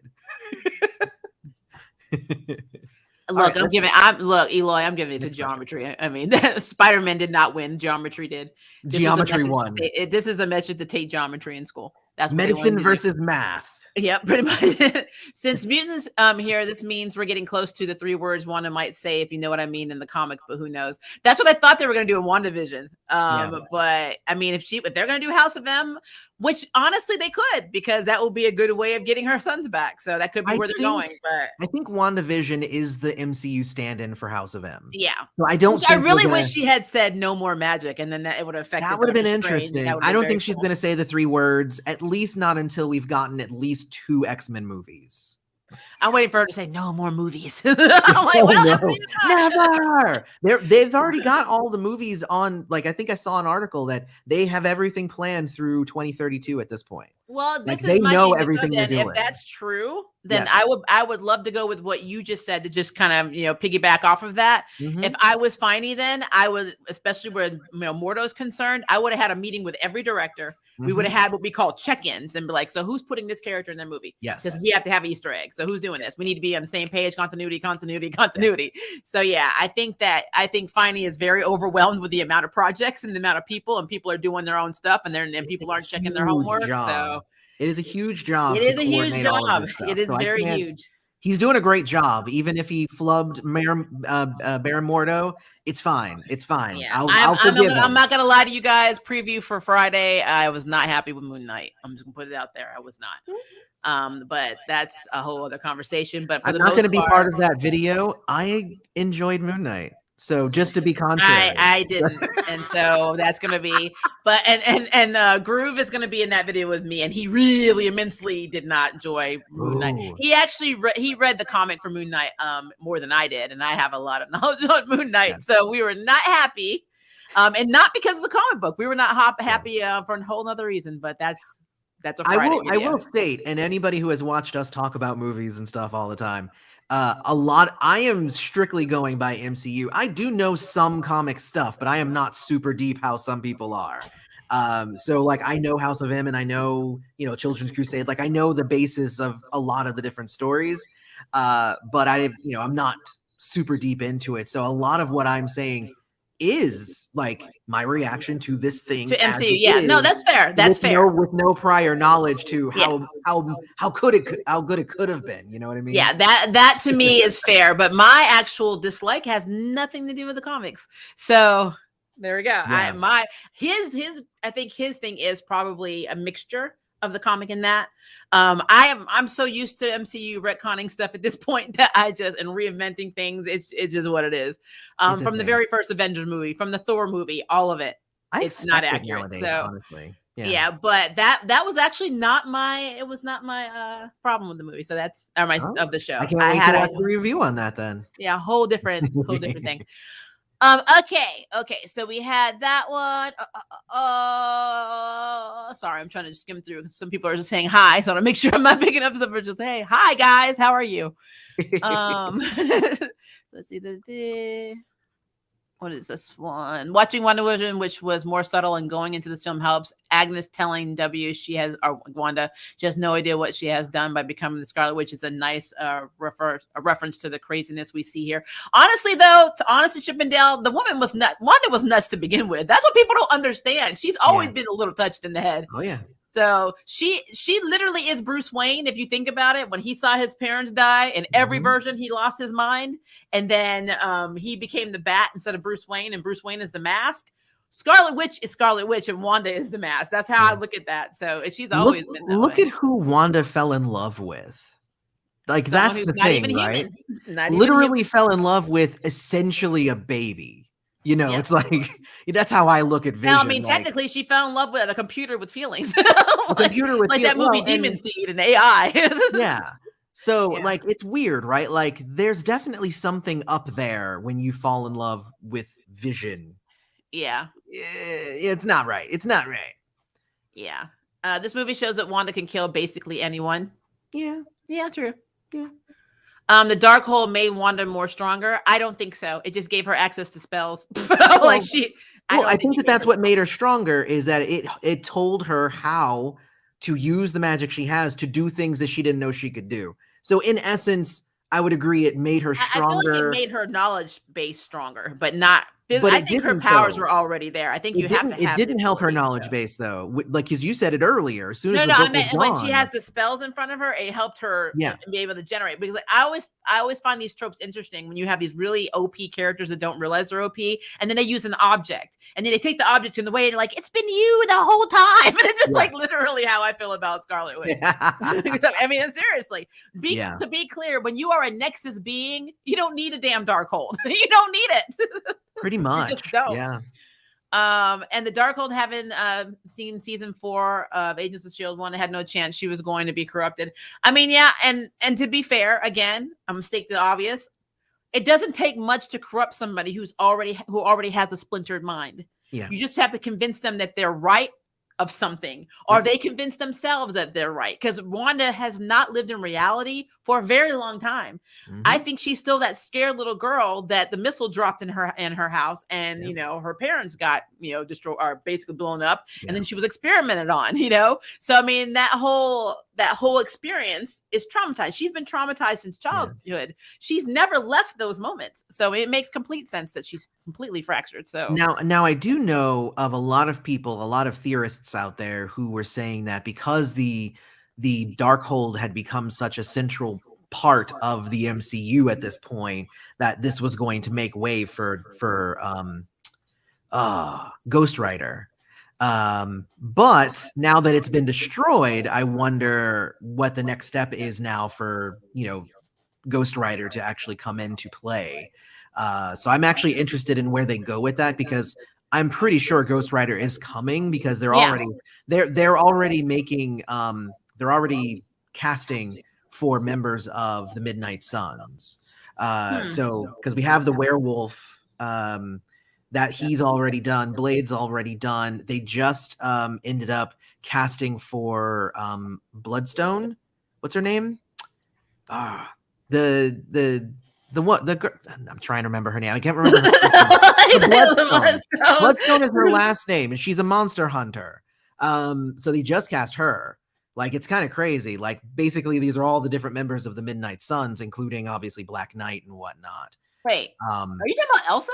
Elsa Bloodstone. Thank you. For I just some remembered the reason, last name. I was like, I was just remembering the last name, but the fact that they just cast Elsa Bloodstone, that's a big deal. Because with her and Blade and Werewolf and Black Knight and like all this stuff, and it's just like it's gonna be interesting. You I'm would think upset Ghost that Rider would pop in there we have somewhere. Elsa Bloodstone, everybody, but Moon Knight couldn't hit his vampire pal. Okay, whatever, whatever, MCU, like whatever. No, I think the Midnight Suns is gonna go after Dracula. I think that's what's gonna happen. Yeah. The end of WandaVision pissed me off. Plus, I am not surprised she is a villain for this movie.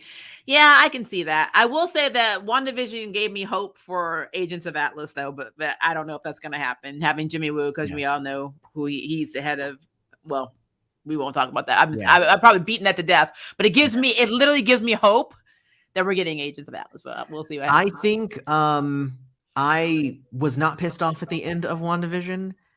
Except for what Monica Rambeau said and saying like they'll never understand what you gave up. I'm gonna beat that one into the ground because that was the dumbest statement ever. Well, I mean, it was dumb that they didn't have Blue Marvel be the physicist that helped her out too. So, but that's a whole other. So many missed opportunities, but that's fine. Whatever. Bite me. The craziest thing about that is that Wanda's children never existed itself in her mind. True. Well, and then of course, this is why I'm thinking she is extremely strong, is because we know in the comics for her to make her children, which she can create, she has a power of creation, but she had to create them out of Mephisto's soul, the shards of his soul. We don't have Mephisto in this universe yet. So we keep getting little Easter eggs, which are pissing me off, but we don't have him. So what essentially did she create them out of? Yeah. And I think somebody else said earlier too, that like, they weren't real and they weren't real here. They're not real there. It's just like, no, there's one here where she created them and then had to give them up. And then there's other universes, multiverses, where they just are. Like, so those would be the real kids versus the ones that she created. It makes sense to me. Maybe it doesn't make sense to everybody, but like, I wouldn't think that those are, because who knows in that reality, maybe she didn't even have to create them. Maybe she and maybe synthezoids, can nut in that. I was gonna say, like who knows I don't know what that reality means. Nova's not knocking me up anytime soon. I'm just putting it up there. Neither is my DSLR, my microphone. None of my electronics are going to get me impregnated. But you know what? You do you, Vision. That's what I'm saying. And what I'm saying is maybe that universe he can, and that's why Vision wasn't there, because Vision still died in that universe in 838. Because he still had to die in order for all the stuff that. I mean, who knows? Yeah. I saw it as an escalation. Wanda was the villain of WandaVision, even though she only hurt people mentally. Being corrupted made her cross the line to actually taking it there and killing people. I'd agree with that. It's definitely. I do, because if you think about how she reacted to America Chavez, like this is essentially she's a child. She's a 14, 15-year-old kid, and she had no problem. Yeah. No problem killing her. Well, think about it, though. Think about the escalation, because when we first saw her, she was kind of a henchman of Ultron. Then even in what was it, Civil War, where she was accidentally hurting people. Then she was accidentally hurting an entire town of people. Then she's purposefully hurting one person. Well, a lot of people, but going after one person. So honestly, there is actually an escalation in not just her action, but also the intent behind her action. So again, I feel like this is actually a really good progression for her as a character, even if it makes you hate her. Like, it makes sense as a storyteller, So. Well, and also she doesn't seem to have the same consequences as other people, because she's traumatized from her pain, and she has all this loss. Everyone's like, okay, yeah, you did all this bad shit, but just go live on your farm. We won't come for you. Like any other character in the MCU, they've been like, all right. Well, but who was going to come after her? That's the question, though. Like, who's going to go after her? Because there isn't an Avengers right now. They were going to get Captain America to come back, go back in time and get Captain America, because Captain America is the golden boy of the MCU. So we need to have the golden boy go after the cray girl. That's just how that works. But I mean, the reason I don't like her is because there is no accountability for her. Even now, I don't think she's going to be punished for any of the stuff that she's done. So she's only going to be punished by the loss and her own mind. But I think the harshest thing that was said to her in this movie was Dr. Strange said, "You want to get back on the cereal box or on the lunch box or something like that." And like, oh, they took her off the lunch box. Like, wow. Well, and that's the thing, right? Is because she started off as a villain. It every time she's tried to be the hero, it's never worked out. Nope. So why not just then be the villain? Like at that point, like I keep trying to do good, and you guys still hate me. So well, when she accidentally pushed, remember the scene where in Civil War where she accidentally throws like the detonator bomb into a building and essentially kills all those people. And they wanted to arrest her. They wanted to put her in a box. And Tony was like, "No, I'll take care of her. I'm going to put her in this condo with round-the-clock, room service where she can live her best life, safe from others coming after her." But all they said was, "Wanda's being imprisoned by Tony." And I'm like, "You guys, okay, I got you." The girl is like batshit crazy, but well, I mean, and from her point of view too, you have to think about it like, wow, they hate me enough that I made one mistake, and this, and I'm having all of this backlash. It's ridiculous, honestly. Yeah, she jumped on Captain America's team really quickly because she was Tony was holding me hostage, and I'm like, I don't know about you, but having round the clock room service and staying in a $2 million penthouse is not jail because they wanted to put you in jail. I mean, it is still though, because nobody, like, you have to imagine, right? Nobody's coming to visit her. Nobody, like, she has no outside contact. Eventually, we know from the pandemic, regardless of how nice your house is, you want to leave it sometimes. True, true. But let's be very clear about something. Nobody was hanging out with her anyway. They only went up to fight. Everybody was off doing their own shit. So like, who was gonna come? The person that actually was with her was Vision. Well, and we learned in WandaVision is that when she was there, that was when she was doing the majority of her mourning. So she's not only alone and nobody coming to contact her, but the only person that she wanted to see was dead. That's why she built such the connection with Vision, because he was there as the bodyguard. And then that's how you fall in love with your toaster. You're wrong. You're wrong for that. You're wrong for that. If you're alone and sad, stay out of the kitchen. Tingling on your cheek, I just smacked you. You're not wrong though. That's absolutely true. I mean, if you're gonna love a device, it might as well be a toaster. So, and plus he was cooking for her, so that tracks. Exactly. WandaVision didn't say Darkhold was corruptive and that there is a huge gap between the beginning of this film and the end of WandaVision, so this doesn't work for me. Yeah, like I said, that's what I meant by continuity. But again, I'm telling you, Serenity, if you look for continuity in terms of stuff that we've seen Easter egg wise and we see plot wise from the TV series to the movieverse, you're going to be sadly disappointed because you will get Easter eggs, but you will never get that content. Like, there are things that are just black. It's like watching a Doctor Who episode. There's always going to be that little plot hole where you're like, wait, what? That is literally what happens 100%. So I'm used to that. The difference between the MCU and every other property like DCEU and others like it is that MCU loyalists and true fans of the MCU that will fight you to the death over how awesome it is, they accept this. And they don't see it. So you won't win. That is a boat you will drown, you will sink on by yourself. But I understand what you're saying. So I get it. We're on the same page. Technically, Thanos was the hero and he who remains, but they are framed as the villains, knowing that we know what we know now, that they were the better options.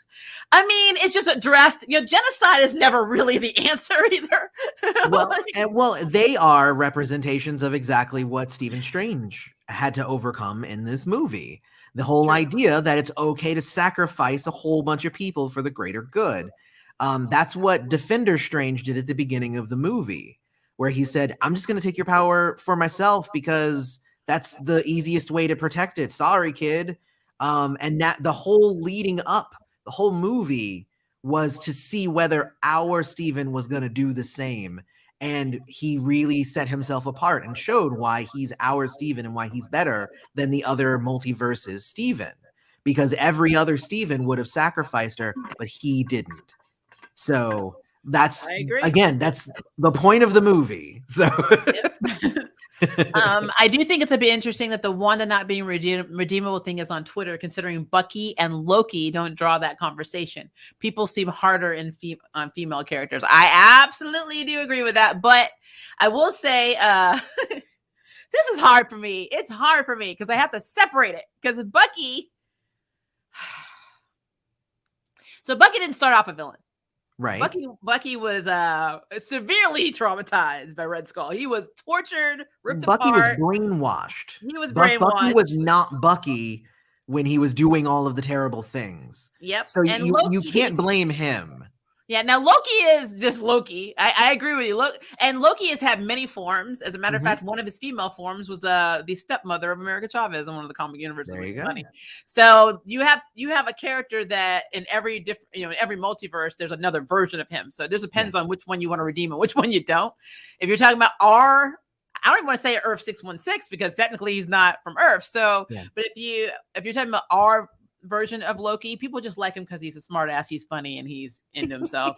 And he actually fell in love with the female version of himself. And that's which shows narcissism on every level.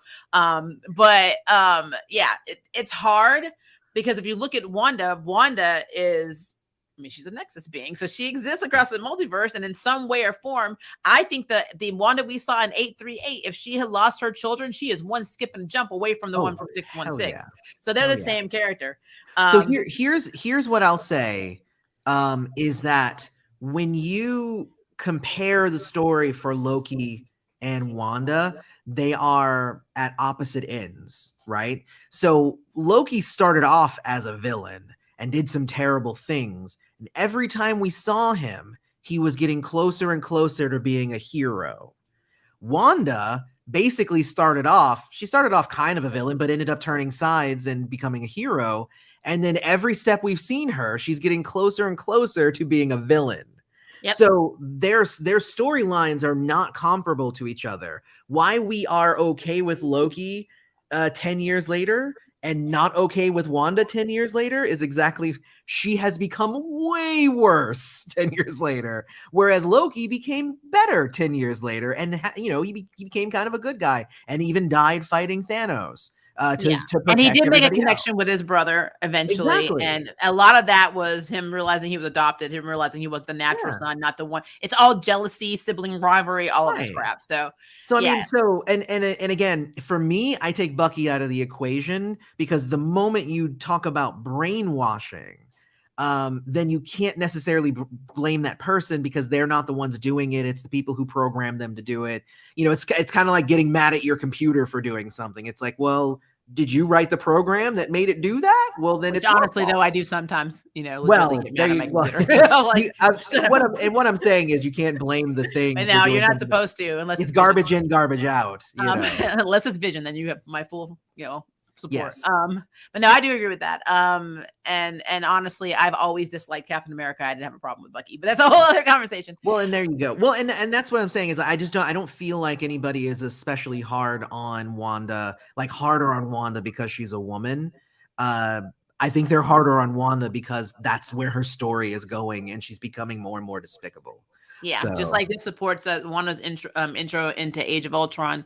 She started with mind manipulation and later came back in WandaVision in an even worse way, which I agree. Yep. Exactly. Quicksilver is messed up. Crystal divorced him for a reason. He kidnapped his daughter from the Inhumans, verbally abusive, stole the Terrigon from Inhumans to re-empower mutants after House of M. No, we're never going to disagree that he is messed up. But he is not fractured in his mind. All of that stuff came from his anger management and him snapping. Wanda has always been fractured, though. That's the difference. Just like when Polaris, I feel like inherited that gene because there's a part where Lorna like loses her shit in the comics, and it's like sometimes for no reason, sometimes for valid reasons. I feel like the girls got more of the mental health issues than Quicksilver did. Not saying I never said he wasn't normal. I'm just saying that he's not as and Quicksilver is well known to be a bad guy and somebody who buys he buys 100% into the mentality and the philosophy of the Brotherhood of Mutants. So everything that you laid out there makes perfect sense that is something that he would do for the survival of mutants. Like there's no reason he would not do every single one of those things. Yeah, he is a very extreme version of Magneto. Yes. So yeah. I think sometimes he even looks back. He probably looks at his kids and like, "Damn, you're crazy." The hell. Let's see here. Wanda is a poster child for mental health problems. I agree with that. I mean, nobody ever asked her, "Do you need a therapist?" Nobody nobody's ever asked her this question. That is probably the biggest failure for this character. It's like, Wanda, Yeah. you need to talk Honestly, to Agatha was probably the best therapist that she's had. Yeah, because she got kind of to actually, because she doesn't think about what she's doing. She's Yeah. a reactive character, so it makes Yeah. perfect sense. Let's see. I think the horror of seeing her kids every night definitely didn't help the Darkhold, and already effed her up by the time the movie began. She had been fighting it for a while. Yeah, like I said, we understand that her own creations are tormenting her. Yeah. We get that. But she's Yeah, still and that's fractured. what I'm saying is it's not the Darkhold who did anything. It's that she learned that she could dream walk into other realities, so she kept doing it, and then that drove her to her decision that she needed to get her kids from one of the realities. Yeah. Yep. As a mentally ill person who has suffered a lot of trauma, I love Wanda. I didn't like what they did with her in this movie, even with the "It's the Darkhold all along."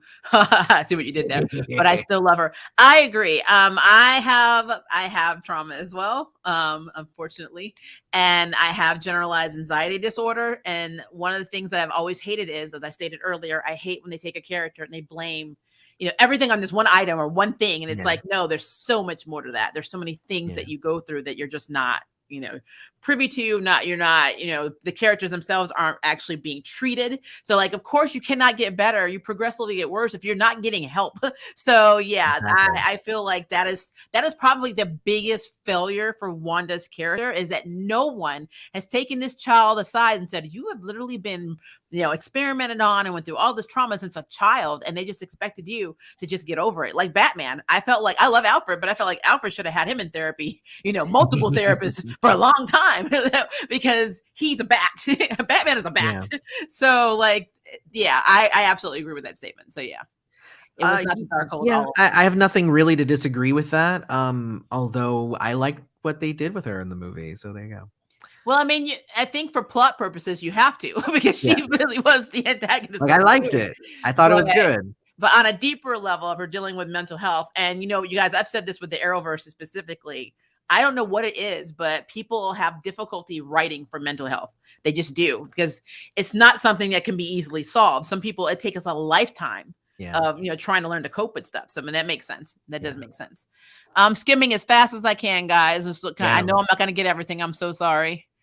I think you're forgetting the whole Darkhold corruption. You can't use logic or this is a moral way you can get what you want. It's not Wanda doing it. It's Dark Wanda, like it was Dark Phoenix. I think it depends on whether or not they're going with the whole part of Chthon's soul is inside Wanda and blah, blah, blah. If they do that, then yeah, I guess then we could blame the Darkhold and we could blame the part of her soul that is not hers.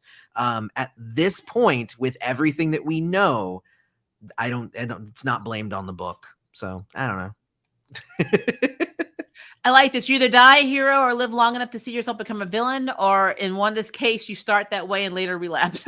Like, that's not wrong. It's not. Her kids are real, though. Her power is creation. Those kids are just as real as Vision or X-23, to be honest. And I agree with that. I just wish I knew the source of it in the MCU, because we knew what happened in the comics. Yeah. Doctor Strange thinks he can take on Wanda. Agatha's words, her power exceeds that of the Sorcerer Supreme.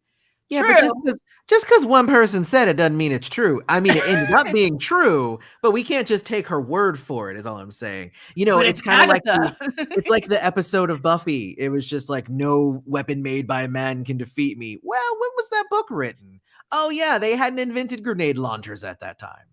Yeah, Kevin.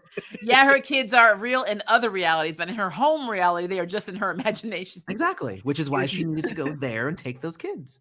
Makes perfect sense.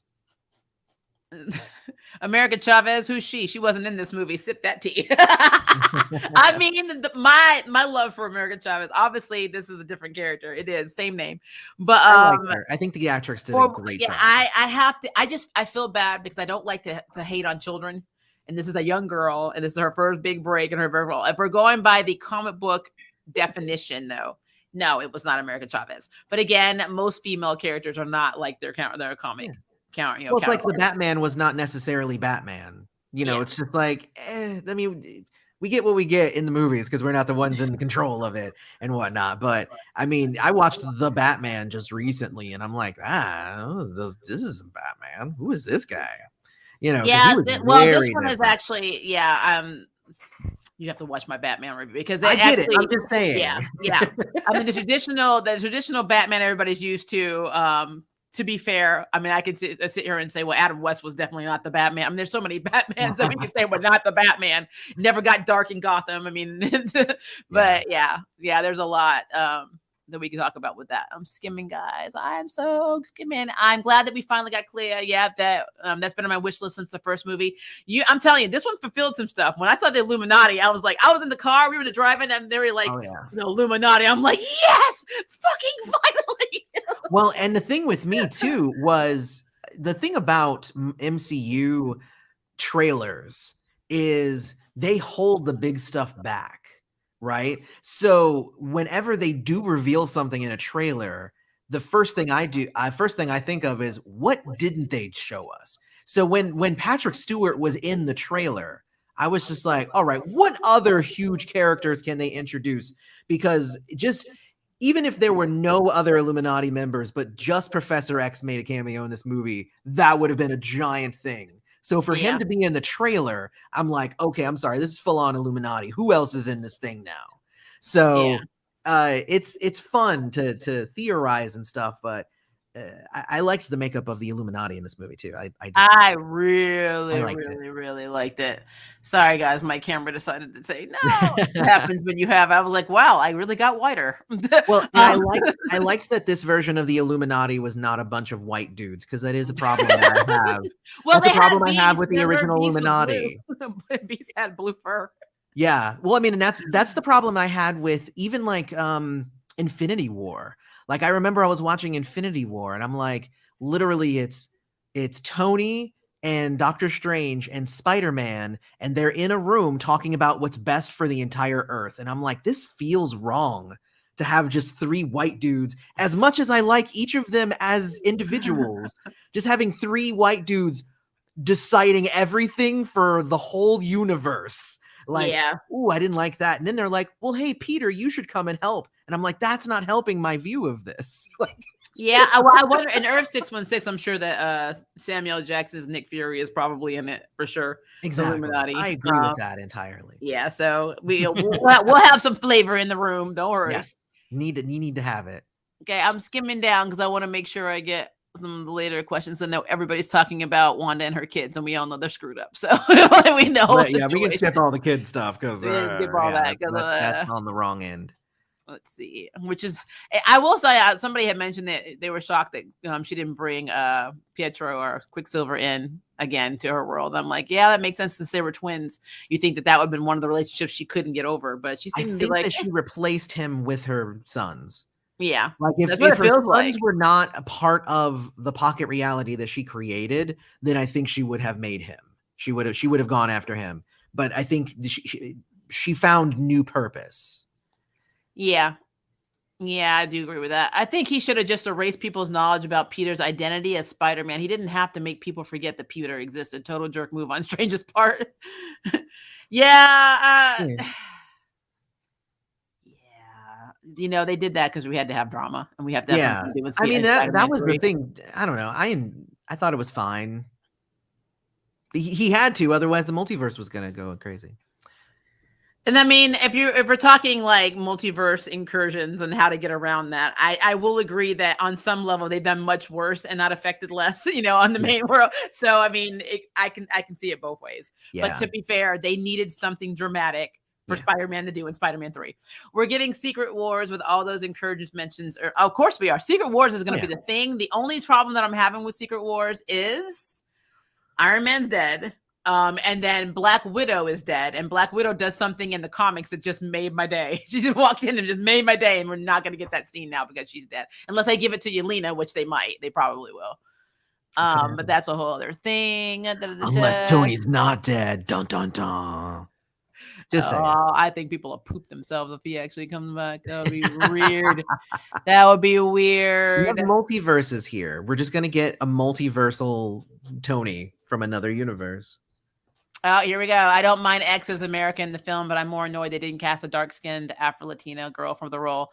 It was such a weird decision beyond her being way too young. Well, and again, like I said, I'm on the Eloy camp. I'm not even talking about the whole skin thing because as a mixed person, it's a very hard conversation for me. Yeah. Because I do understand colorism, and I think colorism goes both ways. And I also feel as a mixed person that I have erasure all the time. I really do. But as for X, I feel like I'm gonna call it the rogue, I'm gonna call it the rogue and a Roro kind of like treatment. Because what they did to Storm and what they did to Rogue in the X-Men movies is just effing wrong. They're just effing. These are two very powerful characters that were dumbed down, and I don't understand why. Other than the fact that it's Bryan Singer. But you know, just a thing. You guys know I love Bryan Singer. But I feel like this character. And I don't know, maybe because they're using her age. Maybe they're saying, okay, because remember in the comics, she did travel when she was younger. She ran away from home when she was like 10, and she jumped universe to universe to learn to be a hero. Right. But, and by the time she was like in her 20s, she was just badass. Maybe they're trying to go to that route. Yeah. I understand how confusing it is. And like, I'm still on the camp of this girl would have never been training with Doctor Strange's, students or any of the students because she was not a team player at all. Right. Not until the West Coast Avengers and Young Avengers, like later on.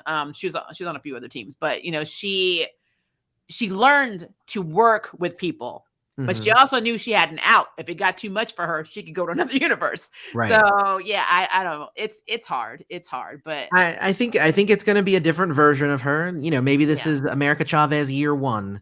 Like I said, as long as it continues to progress and get her to the character that we already know and love. I'm okay with her starting here. This was a good start. I just want to see where it goes. So I'm withholding judgment at this point. I agree with that. I love this. It's Reed Richards' fault for warning Wanda of Black Bolt's power. That's a thing in comics just in general, they though. Do that a lot. When people are like, oh, it's crazy. It's like the villains when they tell you their whole damn plan. It's like, why did you tell me that? Now I know how to stop you. I mean, if he was smart, and that's the thing is that he thinks he's smarter than everybody else, and then he just played himself. But what he should have said was something like, my friend has the power to obliterate you, without saying how. He should have just said, you might not want to do anything because my friend, and then she would have just blinked him somewhere else or whatever. I mean, it could have been anything. But yeah, anyway, I like the fight. It was a what if, guys. What ifs are licensed to do whatever you want. You can make characters dumb. You can make characters weak. You can make them super strong. You can do whatever you want because it's a what if. It doesn't matter. It's not our reality. So yeah, I agree with that. It's sad but true. Yeah, Carter had fan and favorite plot armor. I agree with that. Much. Yeah. And thank you for confirming that Shuri's last name was Wright, by the way. So it's Letitia Wright. Okay. So I will say, yes, I know that's what she had. She had fan favorite plot armor. I'm just saying logistically, there's no reason that she would have been able to go toe to toe with Wanda, or Wanda would have had to punch her. Like, whatever. She didn't punch anybody else, but she had to punch Peggy. Like, no. Yeah. That would actually really funny. Just whoop, boop. The Letitia Wright stuff is so odd because apart from the 2020 video incident, it's basically on-set gossip that can be denied later. All she has to do is get vaccinated. So I will say this, and I say this with charm because I know you guys love to ask me about stuff that's happening behind the scenes. I honestly, and I can't say this enough, don't give 5 Fs about what goes on behind the scenes of anything. I don't work on the sets. I don't live in the houses with these people. They are not paying my bills. I don't care. I really don't. Do I support people that are transphobic, or homophobic, racist? No. But I need to know that that's actually happening. Because, I mean, right now, so many people were canceling Johnny Depp, and now everybody's 180ing right now because of the trial. And they're like, this is the stuff I'm talking about. We don't know what goes on behind the scenes. Yeah. Until we know what's going on behind the scenes, if you catch the anti-vax thing, I had heard that she didn't want to get a shot. Not that she was advocating for other people to not get shots, and she was like railing it. She was just like, hey, I don't want to get a shot. That's fine. Everybody should be able to decide whether they want to or not. I'm vaccinated. Yeah. Because I didn't want to get COVID, but I'm going to tell you, I had concerns because I have an autoimmune condition, and they have not tested what the long-term effects is with people that have my disorder. Right. So later on down the line, there could be some fallout. And unfortunately, that's how the world works. Do I trust science? Yes. But do I know that it's flawed? Hell yeah. Because we prove something today, and then tomorrow we prove something different. But what I will also say, though, is that today is the first time that I heard anything about it, any kind of anti-trans thing. So Yeah, I I didn't know thought it that was just an either. anti-vax thing. So who even Yeah, knows? I I'd didn't have to know. do way more research on that. But all I've heard is that she didn't want to get a shot, and I think that that's Yep. her right. If they say, "Hey, you have to get a shot, or you can't be in the movie," and she chose not to get a shot, that's her choice. So Yeah, it's I like mean, whatever. like I said, some people, I don't like to call people stupid for making a choice about their own bodies, because you know what? As a woman in this country, enough said. Yeah, Um, yeah. leaving it alone. All right. Neymar has been cast, but it was after this movie. Plus, they actually care about the character, so they want to introduce him properly. Oh, I gotcha. Do they? Does Marvel really care about Namor? Because every time I see him in the comic, it's never necessarily a great Maybe the MCU cares showing. about Neymar. Let's hope. Let's Maybe. hope. I actually have hit my wall. It's 8, so Well, I I'm actually hitting mine too, because I just realized we are almost at 2 hours. yeah. So all of the other questions, and I know we didn't get to some of them, guys, I'm sorry. Please post them in the comment section so Eloy can go through them and answer them all. Oh, we will go through. We'll go through the section. But yeah, so again, I don't know when me and Eloy will be doing a charm video in the future, but you know we will. We got stuff to talk about. As soon as This I get has my been a studio back up and running, because right now I pieced it together so I could jump on here, but I have many more days of me rearranging stuff in here. So No, trust me, I understand. As you know, my aesthetic here, I had 2 bookcases, but now I have a big sound booth right here that I have to use for work. So I get it. I am it sounds categorical wonderful, right now. though. It's a great sound booth. It is a very cool. It should. I paid extra for that. But all right, guys, make sure to like and subscribe to the Turnout. And also, I posted all of his links below. So make sure you like, subscribe, especially to his music channel. Tell them when the album's coming out so you can plug it really quickly. Well, the album's coming out July 8th is when it's going to hit like public and stuff. But if you keep an eye on the website, straysoftheworldmusic.com, or go to the YouTube channel or whatever, I'm actually launching a thing a few weeks earlier than that where you can actually get the album for free. The album's called Chaos All. You're going to be able to get it for free and get all the behind the scenes and all the stuff just by coming along and having some fun. And you get it weeks before everybody else gets it. So it's a big deal. That is a big deal. And I don't have an album coming out, but I am writing a song called Why the Hell Can I Sleep? So we'll see how that goes. Woo! Produced by Eloy. Produced by me, myself, and I, and Eloy on the side. So subscribe. Love all the things. Please check out the community tab. I did post my next 2 streams. We have another video coming out, or another stream coming out. I believe it's Friday, but I might have one on Thursday. I'm tired, guys. Go look. I mean, just go look. All right, guys. If it is day for you, have a good day. If it is evening for you, have a good evening, and I will see you in the next video. And